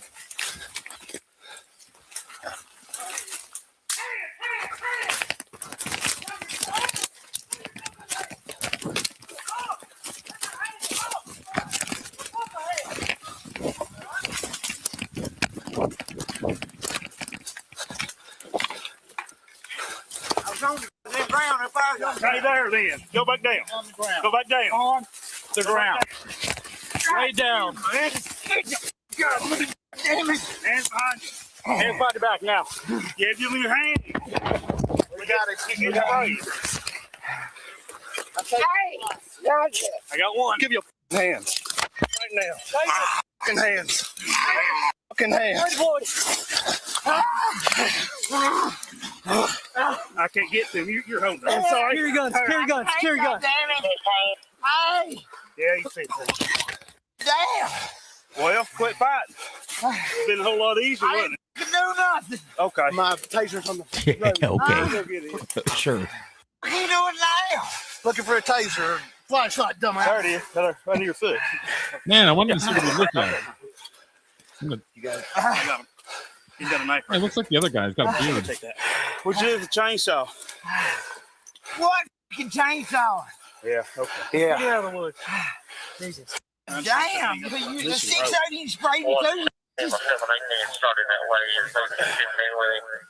Their eyes are full of. Well, that's what happens when you don't listen. We're going to bring him up to the medics. Damn. Stay there for a second. Ah.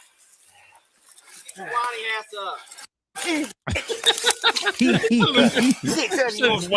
up. That's great. We didn't want to. We did. What's the difference? Oh, he's got needles and shit. Now you can stand up. Let me check his other pocket. Come over here, Black. Where's my shoe at? That's over here. I mean, you ain't going to need it where you're going. I don't give a. They'll give you Crocs. I tased him twice. I had him at gunpoint. Hey, over here. Yeah, we're going to guide you. I think I lost my damn phone in here. Hold on, I'll call it. Well, I ain't got my phone. My camera wasn't on. I'll probably get in trouble over that. Well, it happened so quick. Yeah. We just seen him walking on the road. Yeah, on the road. I figured he'd duck back up. Hell yeah. That's the usual age right there. I chased him through the woods. You got smacked in the forehead, yellow. Don't get mad, but I stole the fire truck.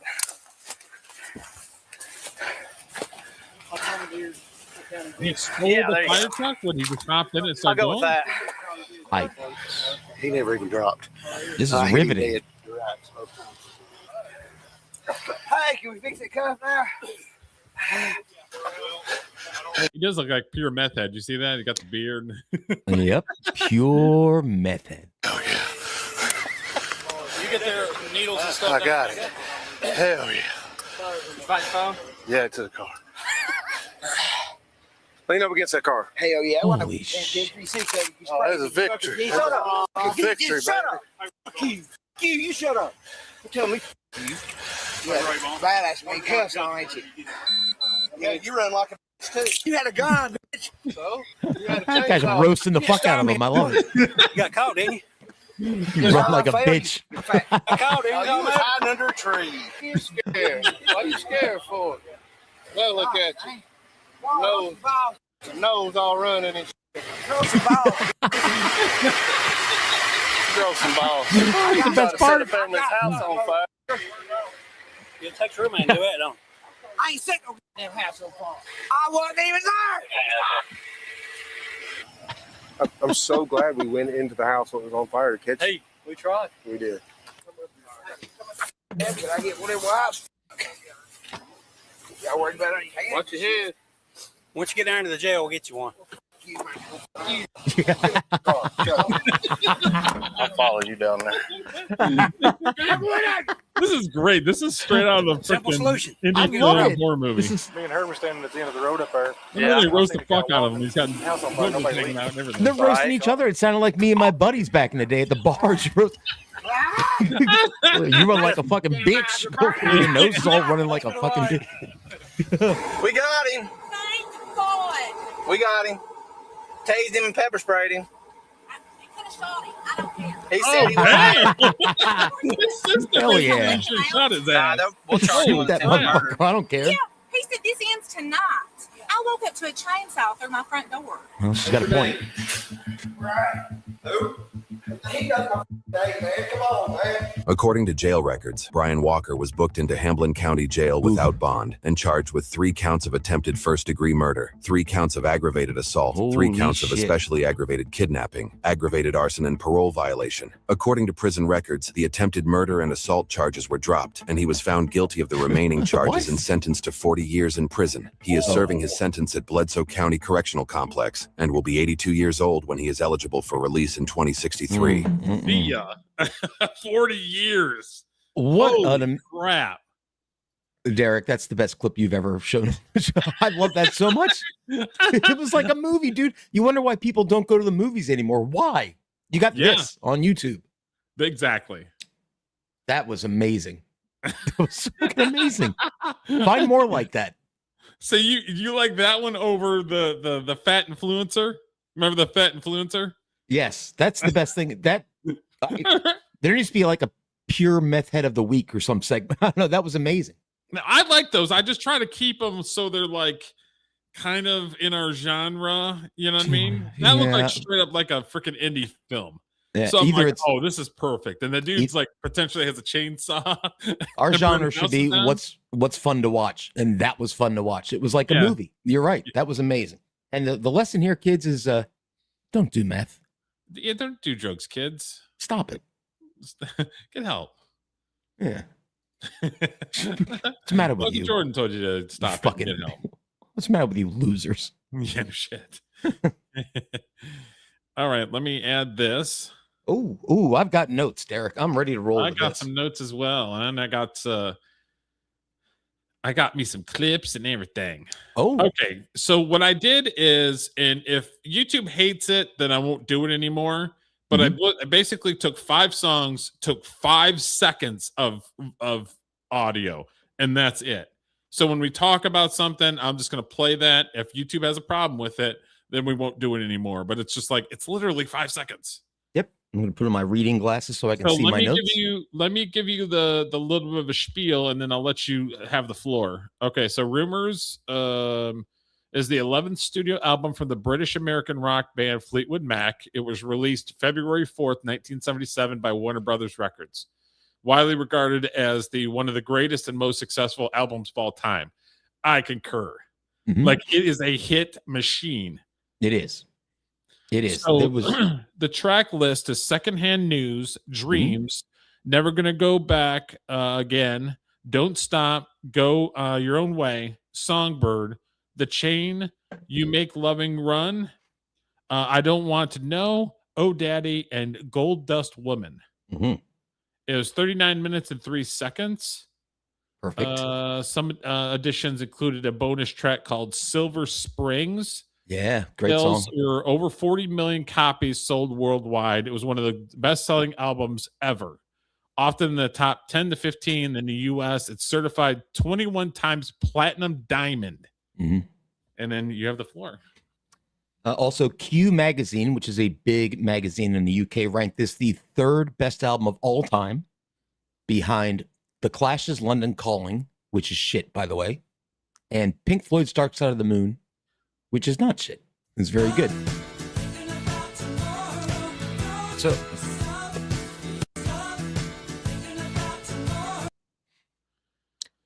that is Don't Stop. Which here, let me give you my methodology here, Derek. So I listened to each song, and I even either gave it a check or an X. Okay. That's my 1X on the whole album. You don't like Don't Stop? No, I don't like that song. That was written by Lindsey Buckingham and Christine McVie, a rare collab between the two. Generally, they wrote their own songs. This is the one song when I listened to the album all the way through today that I was like, it's not as good as the others. So it's interesting that you started with the one song that the only song I don't like on this album. Because it's in alphabetical order, so I just grabbed the first one. I got you. Yeah. Also, I don't know if you remember, Derek, but this was a huge song for Clinton's inauguration. Fleetwood Mac got together and played live. It was. Well, and I played it because number 1 in the U.S. was Don't Stop, Go Your Own Way, and You Make It Lovin' Fun. Those are the hit singles, including Dreams, and then those 4. So that's why I played that first one.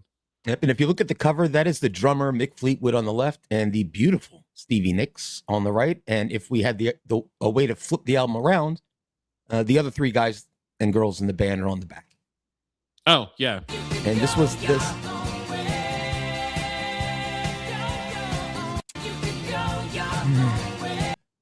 Maybe I was too harsh, Derek. Such a great album. I mean,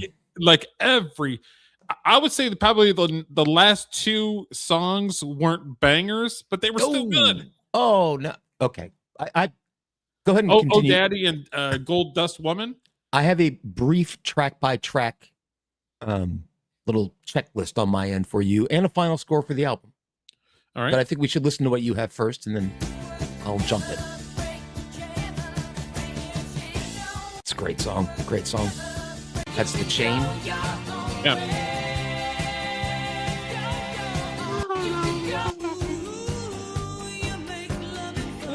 The great Christine McVie wrote that one. Love it.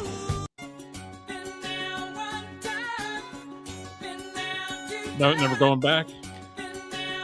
And then last but not least.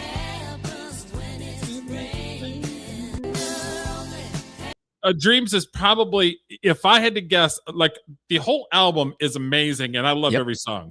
But Dreams is probably my favorite. I'm gonna redo my Don't Stop. So I'm gonna give it a half of a check. It's not as bad as I thought it was, but so for me, well, I don't know. Keep going, Derek, and then I'll go down my Those analysis. are the only songs that I clipped. I took 5 seconds to each one, and it was like I'll play them kind of as we're talking about the album. All right. So Rumors has 11 tracks, and I'm going to go through each of them very briefly and give them a Julio stamp of approval or not. What do you think of that, Derek? And at the end, we'll get a score. All right. Starts off with Secondhand News, an amazing opener, really high energy, very light, it drives a lot. Good acoustic guitars written by Lindsey Buckingham. That one, check for sure. Then you have Dreams, like you said, which is, I mean, just amazing. Written by Stevie Nicks. One of Stevie Nicks' trademarks with the songs she writes is there's generally hardly any chords in them because she's really not a musician. Dreams has 2 chords in it. And for a song to be that good and only have 2 chords in it is actually quite amazing. So that gets a check. Never Going Back Again. Great finger picking by Lindsey Buckingham, written by him. This guy, I think he's one of the most underrated guitar players of all time. If you watch him play live, he's actually quite mind-blowing. He's really talented. So that's a great one. Don't Stop. I can kind of take it or leave it. It's all right. That was, again, written by Buckingham and McVie. Go Your Own Way, written by Lindsey Buckingham, has a killer chorus. And always with Fleetwood Mac, Derek, you get great harmonies, right? Yeah. You got Christine McVie, Stevie Nicks, and Lindsey Buckingham all singing in unison and different harmonies.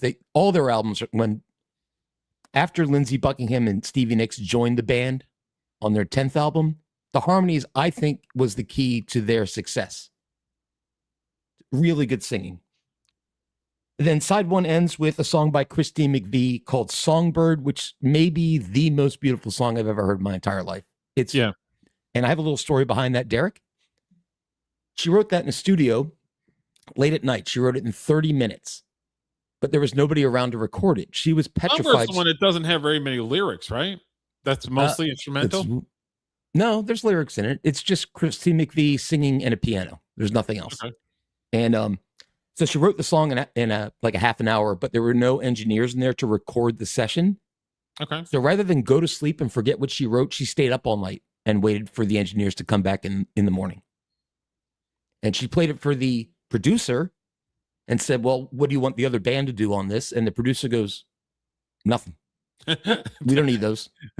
It's like Paul McCartney yesterday. We don't need the other guys. It's good. Songbird, after listening to this whole album, Songbird got my song of the album. I think that's the best song on the album. It's perfect. Flip over to side 2, you get The Chain, which is another example of amazing harmonies from the people in Fleetwood Mac. Great song. That's a rare Buckingham McVie Nicks co-write, which doesn't happen often. You Make Love and Fun. That's Christine McVie. Perfect pop song. Really cool. It's like a summer song to me. Should be driving out, top down. I have a story about that. I remember being a little kid and us driving to, being originally from Michigan, we would drive to Ohio because there's a couple theme parks in Ohio. Or we would drive to Florida and go to Disney World or Epcot or whatever it was that we were going to. And my introduction to Rumors was that song playing on the radio as we're driving in the car, driving to Ohio, driving to Tennessee, or driving to Florida. So I have a lot of memories with that, with me, my dad and my mom and my brother just driving along, jamming a Fleetwood Mac. Yep. I feel like that song, any memory that has that song attached to it should be a good memory because it's such a happy, positive song. Just a solid song. Then the last 3 tracks on the album, I Don't Want to Know is a Stevie Nicks track. Has great duet vocals with Lindsay and Stevie singing all the words together in harmony, which sounds great. Oh Daddy by Christy McVie, kind of a downer compared to the rest of the album in terms of happiness. Like it's a pretty depressing song, but it's still really good. And the last song is Gold Dust Woman, written by Stevie Nicks, which has an amazing outro. It's a perfect way to end the album. It's like 3 minutes of Stevie just singing and them vibing until it fades out. So yeah, out of the 11 tracks, I gave 10 of them a check mark, which lands me at 91% rating for this album. It's almost perfect. So you see for 10, so you gave each song what 8 points? No, I just did some math. Oh, gotcha. So yeah, I would give it. Are we giving out a 10 or would you give it? Are we giving it like a letter grade? I did out of of 10. An A. Oh yeah, I would definitely do a solid A. I wouldn't give it an A+ because the last couple tracks I didn't really dig too much. Okay. But the first 9 were amazing. Yeah. It's almost all killer, no filler, the album. And if somebody who likes music can't find something on this album to like, then you don't like music. You have no musical taste at all. I mean, Rumors is top 10 records of all time. And it holds up. I put it on the platter right now and listen to the whole thing. I have on my Spotify playlist. I have 3 songs from Rumors that are on my Spotify list right now. Yep. And you would argue this was probably, at least commercially, the pinnacle of the band. Probably, yeah. They tried to, it was the highest selling album of all time at the time. This was before Thriller came out, so. But they were number 1 of all time for a little bit. They tried to follow it up with a double album called Tusk, which I also love, but it's really weird. You would never be able to when you have an album, Rumors, which is arguably one of the greatest albums of all time. Are you ever going to be able to come close to even matching it? No, which is why I like their follow-up Tusk, because they didn't try. They just got all coked out of their heads and went in the studio and wrote crazy stuff, which was all great. Yeah. So shout out to Fleetwood Mac. Great band. One of the best pop bands ever, maybe Ever. top 10. Yeah. You would think. And Mick Fleetwood owns a bar in, I want to say, like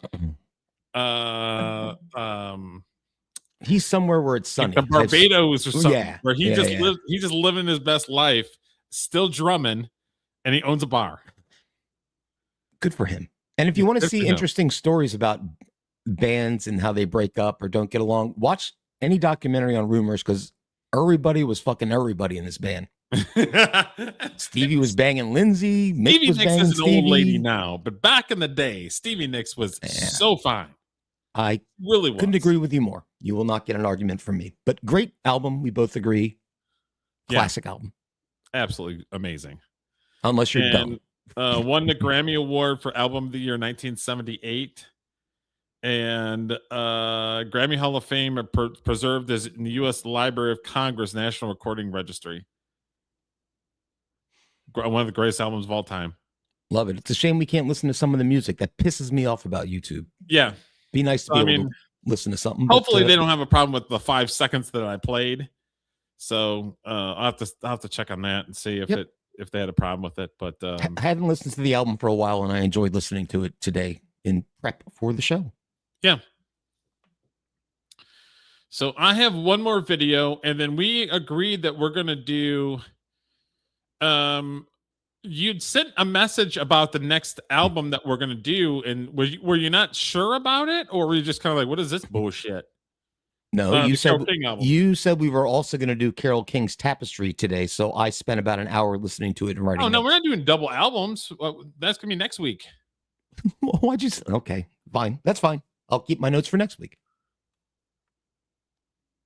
All they put was Carole King Tapestry will be after Rumors. I assume that means like. Okay, never. I got you. I thought it meant after we do Rumors, then we're going to go straight into Carole King. You meant after, like next week after. Yes. Okay. Fair enough. You're a wild that's man. I think we were going to do double albums. Hey, I did show prep, Derek. Don't give me a hard time. But I'll be ready next week. I have a lot to say about Tapestry. So you listen to Tapestry. It's another fantastic freaking album. We will discuss that next week. I may not agree with you. Really? I have some thoughts on it. I mean, there were songs that were made by Carole King, and then somebody else, another artist, went and did it and made it a huge album or a huge song. It was an eye-opening listen because I'm like, I didn't know she wrote this song. Yeah. But I still don't like it. So that's my problem. God. But on the other hand, I'm not a super fan of her, but that album is a great freaking album. I even brought my guitar. I had a Rick Beato style music lesson about why one of her songs is so good. So I'll keep it tuned for next week. So okay, so yeah, we'll hold our comments for Carole King's album Tapestry for next week. That's another banger of a, regardless of even if Julio doesn't think so, it's a banger. I didn't say it was bad. So okay, so I have one more, and this is like the gift that keeps on giving. Okay, so we did the 40 or we did the 30 top American songwriters that are still alive list. There's some other YouTubers that have done it. Then Rick Beato did a video about the stupid freaking critics and how retarded they are. Rick Beato killed it on that video. The other day, Drew Lane did a video on the Rick Beato video. And it's great. So I'm like, okay, we'll end the show with this last one. It's absolutely fantastic. We love Drew Lane. I did see this video in my feed, but I did not watch it. So I'm glad you picked it. Drew Lane, Detroit legend, radio legend, correct? Yes, he is. This show has a Detroit bias. I wonder who's from Detroit. I don't know. I don't know. Look at your hat. I don't know who that alleged person is. Got to figure out your Tigers. They're dropping hard. It's depressing. I know that. All right. So I think everybody probably heard about or heard somebody bitching about. And when I watched this, Drew Lane had some other people that should have been on the list that me and you didn't think about. Okay, so I cool. was like, he said he added some stuff to it as well. So also, speaking of Carole King, also she was on the list. Lane. Legend. Wasn't yep. The 30 best living songwriters in America. Yep. And I knew before I even saw the list, I'm like, oh, it's the New York Times. It's going to be, I know I'm going to just hate this list. There's going to be half the list I think is ridiculous. That's fair. And of course, I was right. And we said the same anyone thing. Who like, I read the list. I was just appalled. And then you're like, I know I'm going to hate it. Yeah. But in the end, it was, what were they, 17 out of 30? I think we agreed that they got like half of them kind of right, including Carole King. Including Carole King, by the way. Yeah. Like the list. No. I mean, seriously, no one. I part of me thought, well, like, okay, did they do some of this on purpose to get people talking about it? And then you hear these idiots talk. Yeah. Who did the list? No, they really believe these are the best living American songwriters. Anyway, you can see the video on Rick Beato's page. They don't. Beato. Just a couple of cuts. And this is John Carmonica, who really Rick seemed to have a lot of thoughts about John Carmonica. He's talking about, I think the question is, what is songwriting? Okay, so check this guy, John Carmonica, out. I will. As he explains what a songwriter isn't to him. I feel like everybody in that room was willing to think expansively about what songwriting is. And songwriting is such a peculiar thing. It has so much baggage. So disgusted. It comes with attachment to certain communities, certain subgenres. And songwriting has baggage, fans, which I know we'll talk about later, who have an extremely fixed idea of what constitutes songcraft. And what do you Can think you hit pause real quick, Derek? I just have a quick statement. Heroic white. Shout out to us for doing this before your boy Drew Lane. Yeah. We jumped on this shit first. Yeah, we did. Okay, that was all I wanted to say. I just want to take a victory lap real quick. Okay. We know a couple things. We don't know everything. We know a couple things. It's all you, Derek. Man with a guitar struggling through his emotions, sitting in a room, no collaborators. Yeah, that was a stupid statement where he's like, "Oh, it's a white guy just in a room by himself with a guitar." Get the fuck out of here! He's an idiot. Harmonic idiot. No contact with the outside world, perhaps alcohol, perhaps drugs, accessing some kind of pure emotional truth and putting it in a rock, country, or otherwise roots affiliated Folk. genre. Folk, sure. Singer-songwriter. Yes. To me, as much as I enjoy some of that music, I do Some not of that mistake music. that for the totality of American song. I do not mistake that for the best examples of songcraft. So songwriting is not the best example of songwriting. How could you eliminate that as being part of it? It has nothing to do with where you're from or who. A song is a song. Anyone can write a great song about anything. Yeah, wherever you come from. Why- You I know mean- what? AI could write a good song. Yeah, right. Oh, I haven't heard a good AI song No, I mean, yet. I'm but saying it could. My man. It could. Well, I mean, a lot of people, there are a few people who have some of the greatest songs that we love. You know, you'll find that songwriter may not have written a lot of other songs that you really like. Well, and then some there's of other our people. greatest songs are written by old blues guys. Exactly. Sure. Stolen. But I don't think where you come from, and I'm completely offended by his description of what most people think. What in the hell are you talking about? We're thinking of a white man by himself. Drew's trying to like hold back, but he's like fucking pissed. I could tell, especially when that cat said, "Well, AI can write good songs." I thought Drew's head was going to blow up when he heard that. No, Drew's fired up.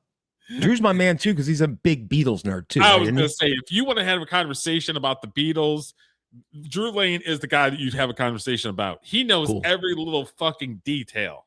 All right. It was the point when there was Drew and Mike and he talked about the Beatles. Everybody's like, "Oh my god, stop talking about the Beatles." On drugs or alcohol, giving us some emotional. What? I mean, honestly, when I think of great songwriting, you could be thinking of the Brill Building in New York. You could be thinking of Motown. I could think of Stevie Wonder just writing a song by himself. Well, it's funny you say because I think of Motown, right? Yeah. I mean, so many great songs. Smokey, right? Smokey Robinson. Was Yeah. was he on the list? Yeah, Smokey was on the list. He was. He was on the He list. was. Okay. Yeah. Mm-hmm. They say I'm going to probably beat him to it, but Marvin Gaye. Marvin Gaye was not on the fucking list. That's a good one. How's Marvin Gaye not on the fucking list? But he's He dead. should- Though. Yeah, he's dead. Well, but that's true. Okay, that's true. Yeah. So that's the hardest thing. That's the hardest thing is it's like, oh shit, people are dead. So that's why they're not on the list. Marvin Gaye at Motown. Marvin Gaye wrote so many great songs. But he's and dead, then you though. take a guy like Burt Burns who wrote You would have caught him really on great that, Derek. songs, but never performed any of them. Other Who's people. Burt Burns? Do you know who Burt Burns is? No. Nope. I'm going to look him up though. Burt Burns song. He's probably dead too. He's dead. See, Drew, okay, I got to listen. We did a better job, Derek, because you kept pointing out to everything I said that he's dead. It doesn't count, which I kept forgetting. Drew Lane needs a Derek in his studio to actually hold him accountable. That's right. So, all right. Yeah, he's dead. He's been dead for 60 years, Drew. Jimmy Webb, who wrote Wichita Lineman and a few other big songs, and he's a very beloved songwriter, but that's just some guy that writes songs, and he never Dead. recorded. He did record them, I think, but he never had the hits with him. Well, why can't they just rank them on the actual songwriting? Why do you have to know their background? And I don't know. when it was done and if they were collaborated And subgenres. That's a good point. What? This next clip I think is he's just trying to sound deep. He was. Yeah, he was so deep, and I hated him so much. But the I next like one, the pattern of how he talks. It's very, Yes. it's very. He's the master of Isn't it condescending? yeah, the way he faces. talks. he's talking complete shit, and he is so confident. He's talking down to the other New York Times writers. It's just disturbing. I could not make a list with that guy in the room. I'm not sure if he says it or not, but Jack White. I'm not a huge Jack White's got like 200 songs he's written. More Detroit bias from you, Derek. I can see it from a mile away. No, he's not top 30, I wouldn't think. Nah. What's he written? Seven Nation Army. Yay. That's the only. I mean, that's the only hit. But I'm just saying is he's had three different bands. He's writes most of his songs. So, I don't know. Do you know who else has been in 3 different bands, writes most of his songs, and has hundreds of songs written? But I'm just saying is he's defaulted. He's defaulted because he's still alive. So am I. I just don't have 7 Nation Army. He would drive me crazy. Well, yeah, it's because you'd be wrong. Of course. But the next thing that Rick came up with was, of course, no surprise. We all picked up on it right away. Where's Billy Joel? Living American songwriters, and you don't have Billy Joel in this list? Definitely That's insane. So, of course, they got some angry responses. And the same guy, John Carmonica, is going to explain why no Billy James Joel? says, I went to Berkeley College of Music. Why is he laughing at that? Oh, I guess because he thinks Berkeley College of Music is something that's kind of a joke. I don't know. Is it, though? I think that's how he took it. No, it's Berkeley is very popular, very well respected. What a dick. I went to Berkeley College of Music. I didn't. And there was an entire songwriting curriculum based on Billy Joel's songwriting. It's literally stupid he's not on this list. It's like not. That's true. This is great. I wish I'd seen this guy. I would have responded to this comment. You still can. I am about to. It's like not having Hendrix or Eddie Van Halen on a list of greatest guitarists. Okay. Did you see how he threw the paper behind Oh, him? yeah. It's very dismissive. Okay, here we go. This is why Billy Joel shouldn't be on It's it. actually not like that. Thank you for this opportunity to respond to this comment, to which I do respectfully. When you think about Hendrix and Eddie Van Halen, you think about formal innovators who are also, in their way, hit makers and creators. Billy Joel wasn't a hit maker. Processes that are universal in how they have moved through the world in their wake. Plus, Billy Joel. What the fuck are you talking I about? don't know. I spaced out halfway Let's through just, that. like spitting out words. Universal as they move through their the wake. world. Yeah. What? Oh, you don't need to think about any of that shit. Wait, so the idea is that Billy Joel's not relatable? Is that what he's saying? Because it's not. You'll see what he's going to universal? say, and it's just. I just like his gesticulation Yeah, of his his hands. face. Well, he's Italian. Don't be I like just that. felt so sad when he said what he said about Billy Joel because it's just so stupid. It's so dismissive, and I guess we have to hear it. And creators. Billy of Joel wasn't a melodies hit and maker? Also, processes that are universal in how they have moved. I also hate the way he's staring at the camera. It's really off-putting. Do you know what? world. Hit Talk to pause the real people quick, in the Derek. room. I have to say something. Billy Joel. I'm in a lot of meetings with people who think their shit don't stink and they've gone to college and they're COOs. My trigger word is processes. I don't know why, but when I hear somebody say processes, it just You just want to smack them. I want to punch him in their fucking face. Processes. Shut up. Also, Drew Lane needs to get rid of the girl. She's no good. She's taking up space. Oh, Trudy. In my opinion, I've watched a lot of Drew Lane, and Is I don't a know. very Trudy's been a co-host with Drew and Mike forever, so it's a legacy thing. Okay, there.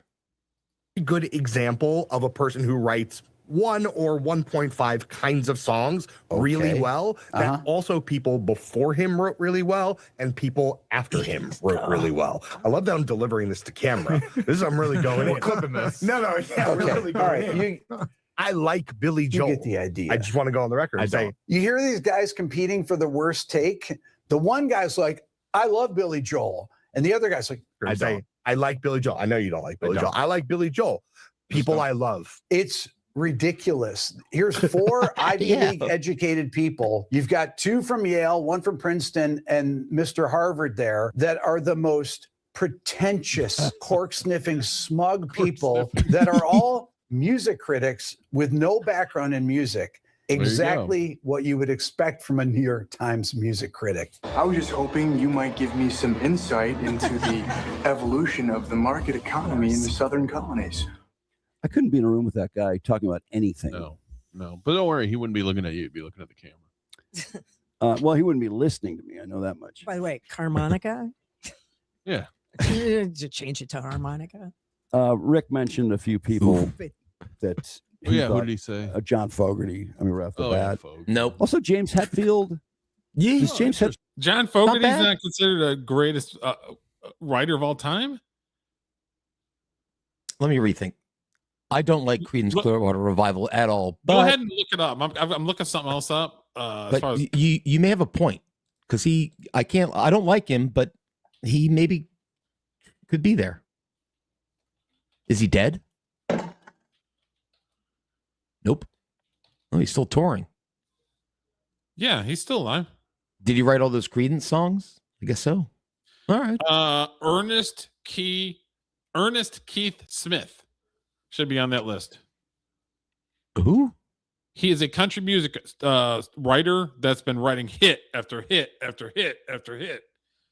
He should be on that list. He's still alive. Okay. I think most of Morgan Wallen's songs are written by Ernest. I just saw Morgan Wallen last weekend. Banger of a freaking concert. Oh, that's right. You sent me a picture from it. It looked like it was going to be a good time. I can go with John Fogerty, I guess. Even though I don't like him, I think he deserves a spot if he wrote those classic Creedence songs. Sure. Did you look it up? Does it have it listed? Yeah, I'm trying to look it up while we're doing the show. Let's see what albums. I'm looking for their discography so I can get writing credits. He literally, though, I will say this: John Fogerty should be stoned for writing Center Field. That may be the worst song ever. What are you talking about? It's not an amazing song, but it's a very catchy song. What are you talking about? Well, moving on. Yes, John Fogerty wrote most of Creedence's songs, so yeah, I think he should be on there. That was a good one, Derek, or Drew Lane, or whoever said it. Yeah. Born on the Bayou, he wrote. Proud Mary, he wrote. Yeah, sure. Put him on there. Okay, so my guy, Ernest Keith Smith, who's a country music guy. Mm-hmm. Back When the World Was Blue by Vince Gill. Wasting on You by Morgan Wallen. Right. You Proof by Morgan Wallen. Let's see here.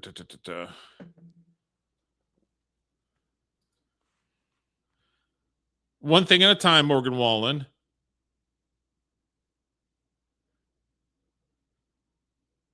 All hits. Dangerous, Morgan Wallen. I guess that's fair because those are, even though they're all genre hits, they're all country. That checks out.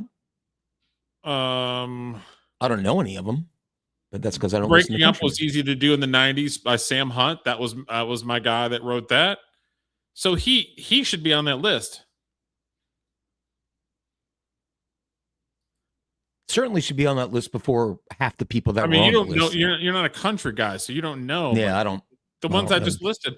I Love My Country by Florida Georgia Line was written by him. Okay. So yeah, that dude should be on the list. Need some Nashville representation. Love and Life Again by Ellie Langley was written by that guy. Yeah. No question should be on the list. They probably don't know who the fuck he is. Still the main writer of Metallica? Does he write their songs? I think so, yeah. Jack White, Tyler and Perry, Steven Tyler and Joe Perry. That's pretty good. Daryl Hall. Aerosmith. Oh, Daryl Hall. Oh, dude, I didn't think of that last week. Mm-hmm. I'm a massive R.E.M. Hall & Oates fan. But Billy Joel was the one I think most people were just stunned he wouldn't be on the list. He writes 1 to 1.5 songs. No, he doesn't. Maybe what you've heard, that's what he does. He has a lot of different songs. I mean, Yes. yeah, he's really That's what I strong. was saying and last week. I know what you mean. He does have a middle of the road strength, but he's written some rockers. 33 top 40 hits on the U.S. Billboard, but only 1.5 songs. Well, it's funny because I only like a handful of his songs, and I don't like the other That's ones. So I insane. guess he writes 2 different types, so more than 1.5 kinds I like, and then ones I don't. And people before him and people after him have written the same That was type a of hot song. take. Fucking what? It's crazy to me that these New York Times critics think that they know music. And I am not a music person. You're a music person, and we know more than they do. It sounds like, well, they're so stuck up their own ass. They're trying to sound, oh, we're different, man. You don't know any better, we're man. New York yuppies, so Yeah. I went to Berkeley and the fuck out of here.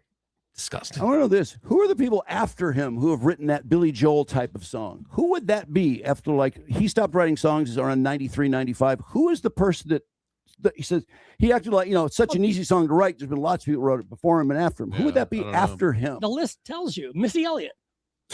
Missy Elliott. No, his type though. This kid kicks in with some good zingers. 1.5 songs people did before him and after him. Who after him? Long word. Yeah. Who is the Billy Joel of 2000 on? I could not tell you who that is. Chris Martin. I don't know. Okay, so so these guys were here. There was the Drew and Mike show for Detroit radio for 25 years. Mm-hmm. They were on 101 the riff, and it was these guys, and then Drew Lane's partner Mike had passed away. I'm gonna say 7-8 years ago. Okay. So these guys, this group right here, has been together for 30 years plus. Wow. So that's why they all have chemistry with each other, because they've been in them streets for that long. See, I learned about Drew through Who Are These Podcasts? Yeah. Which is part of this Dabbleverse. Yeah, he would go to Drew Lane every once a month. He still does. Yeah, they just do collabs every now and again, and that's how I discovered him. He's great. I love him. No, I would think Chris Martin is more of an alternative rock kind of guy. And Chris Martin is not from the United States, so yeah, they're not thinking United States. They're just thinking writers in general. You should pat yourself on the back, Derek. You're more on top of it than Drew Lane is on this. I don't know. I just I don't ever want to be in a room with him. Don't ever make me be in a room with that man. Yeah. Bring it in. Yeah, he's a windbag. He'd be a horrible interview. No, he'd be the kind of interview you'd end up potting down and talking over him because he wouldn't stop talking. Yeah. And when he did that kind of prayer thing to the female, I know the other chick, and she did back. Who does that? Gay. That's Who right. does that? I don't know. All right. As I did it to you, you can see. Yeah, we saw it. Thanks. Hey, speaking of Rick Beato, Derek, for any fans of the band Rush, of whom I am a massive fan. I was gonna say something, but yeah. Rick Beato just released today an interview with Geddy Lee, and he's got an interview with Alex Lifeson coming up soon, which I've listened to the Geddy Lee one, and it's great. And I'm sure Alex's will be awesome too. And if they didn't charge $350 for nosebleeds, I'd go see them.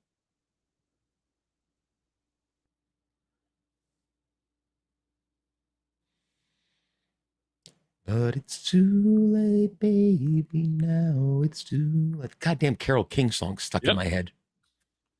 Oh, okay. You're talking about the biases, the Detroit biases. You ready? Yes, I'm ready. Sure. 123 songs written by Bob Seger. Night Moves, Still the Same, Against the Wind, Hollywood Nights, Rambling Man, Main Street. We've got Tonight. Right there, he should be in there. Turn the Page.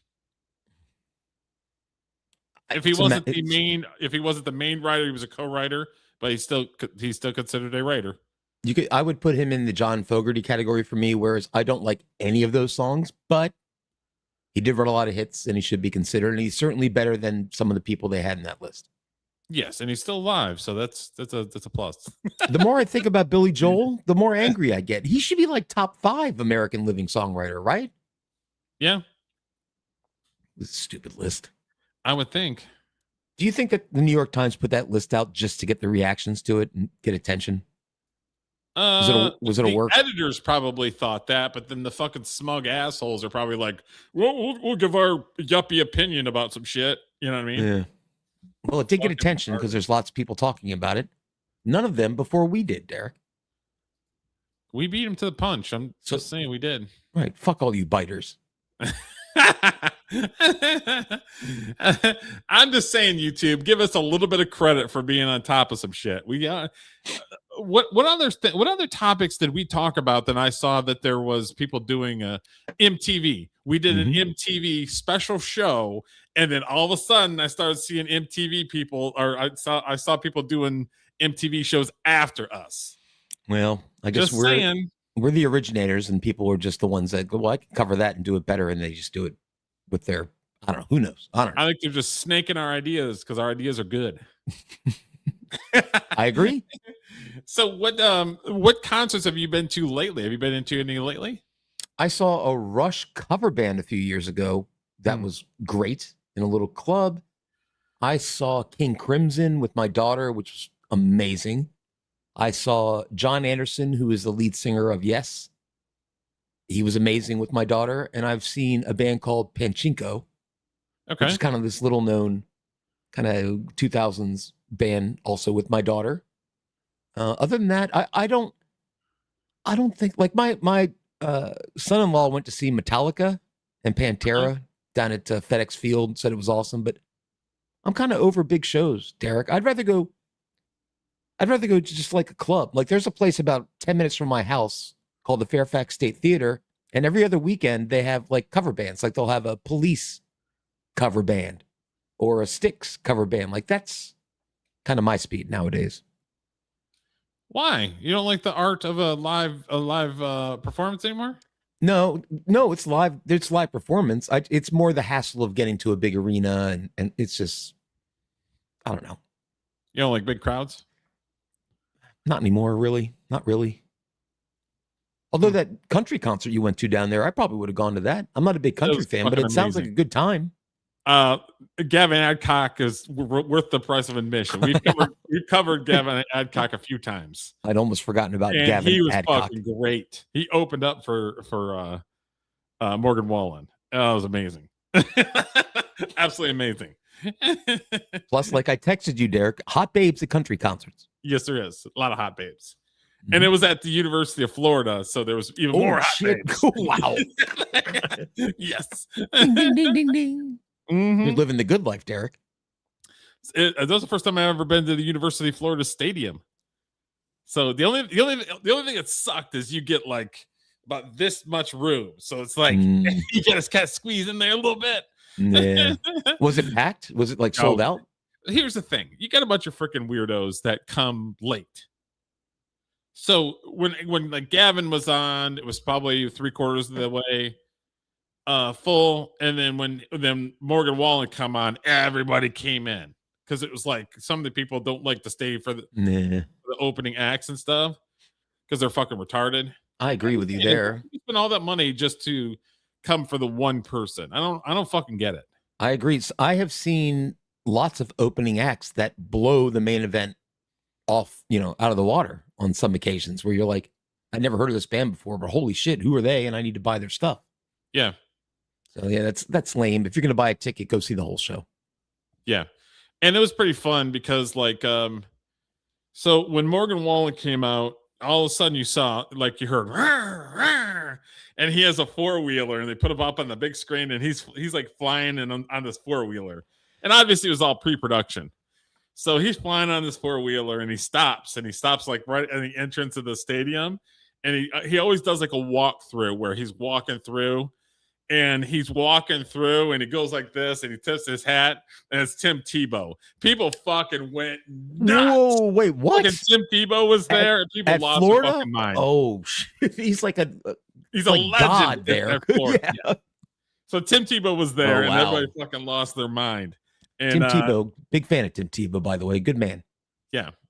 And so everybody lost their mind and he came out and he had the main part of the stage, which is like a symbol for like his album and stuff.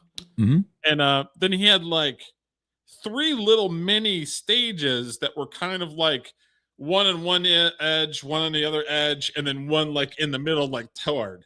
And he's like, I'm so appreciative of everybody coming out. And we started in little clubs. And is the only thing I can do to kind of remember that is he set up little stages like it was like a little club.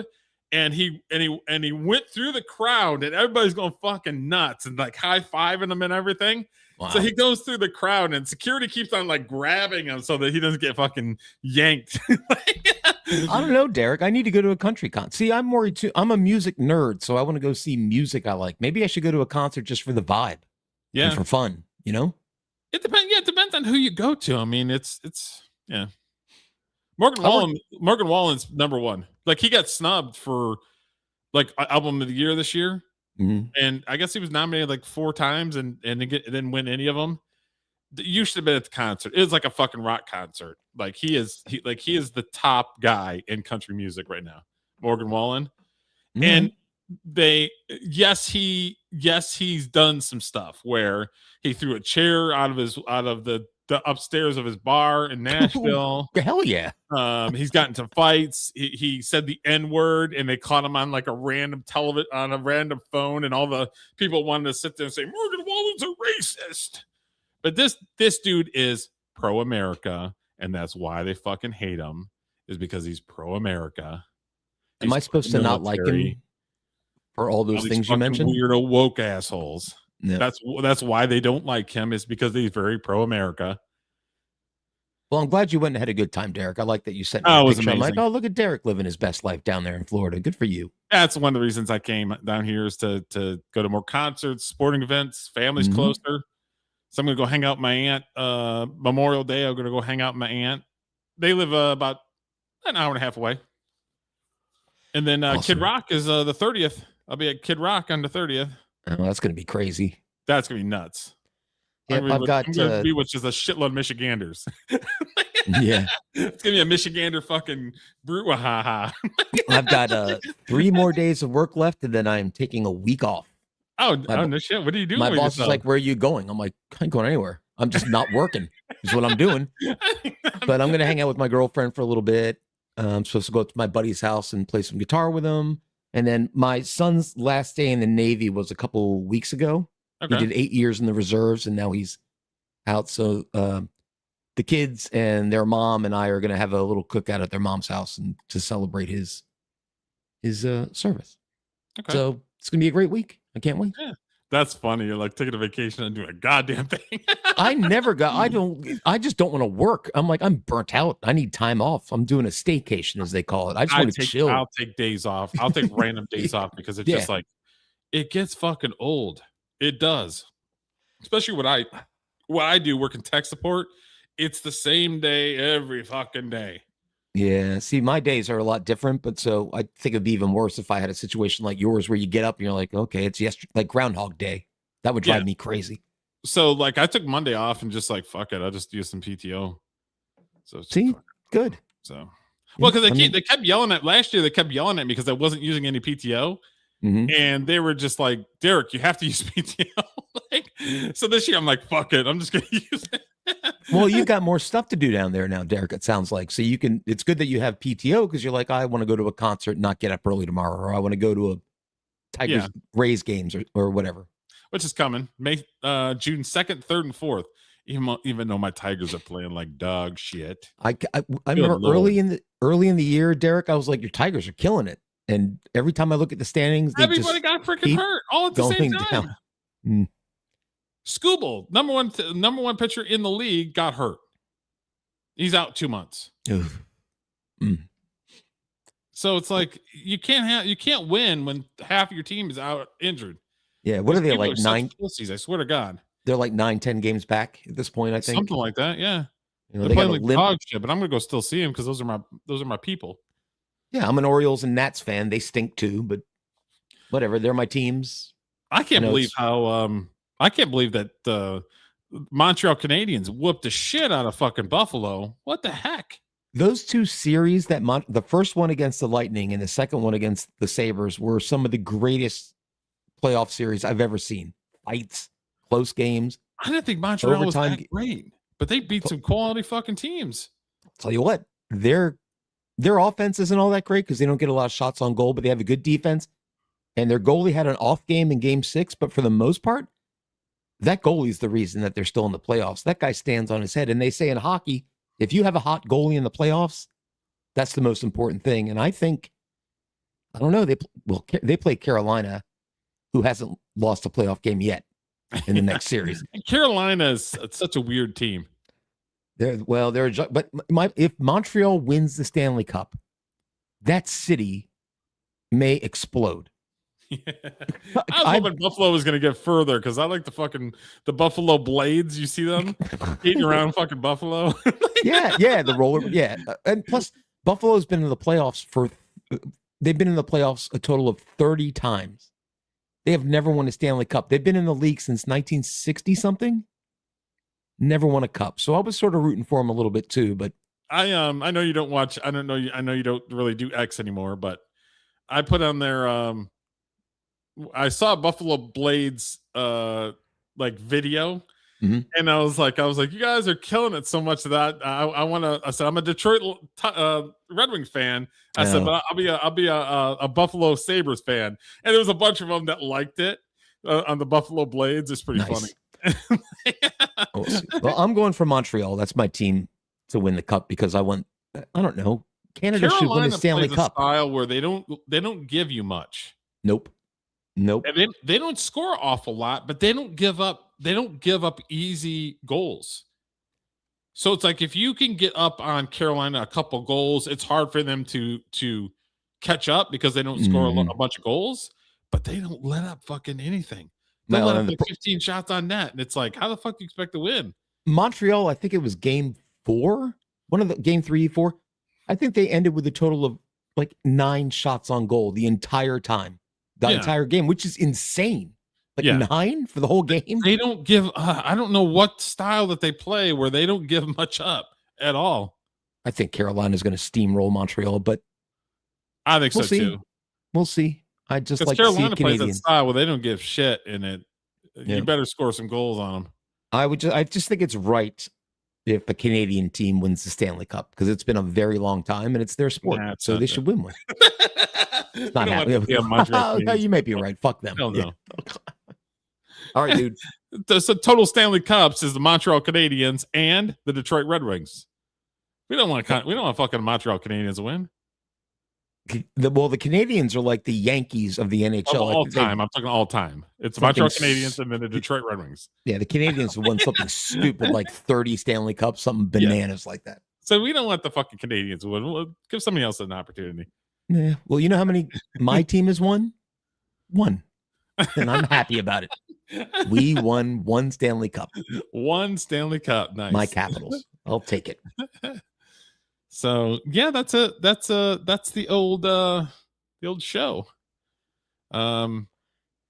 Yeah, I like the last couple live shows that we did. I like the flow that we were on, where I'm not grabbing as many clips, but I'm grabbing very specific clips where there's just random people getting pissed or random things happening. I started adding some of the streamers that are getting in trouble by the popo. So it's like I kind of like the pocket that we're in as far as the content.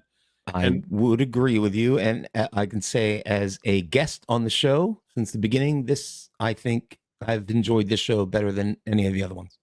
I like the other ones, but I thought tonight was really good. Do you like? What do you think it is? Do you think it was just we were doing too much? No, I just think you picked good shit tonight. Yeah, it wasn't obscure stuff. Specific stuff that I'm picking, and then I'll grab a bunch of stuff, and then I'll be like, okay, out of the stuff that I grab, what is probably the most compelling, or we can get the most conversation or reaction out of, and then I'll just pick them. So it's like I'll grab a bunch of stuff, but everything I grab, we don't use. You know what I mean? Well, in terms of what you pulled and curated, I thought tonight was great. Every video you shared, I was like, that's great. I have something to say about it. That cop meth head video was. That was like it looked like a fucking indie film. It was like that was great. Apocalypse Now. When I'm I watching. watched it, and they're like, they might have a chainsaw. I'm like, oh yeah, we gotta do that. House is on fire. House on fire, chainsaws, fucking 4-wheelers. Let's go. That was good shit.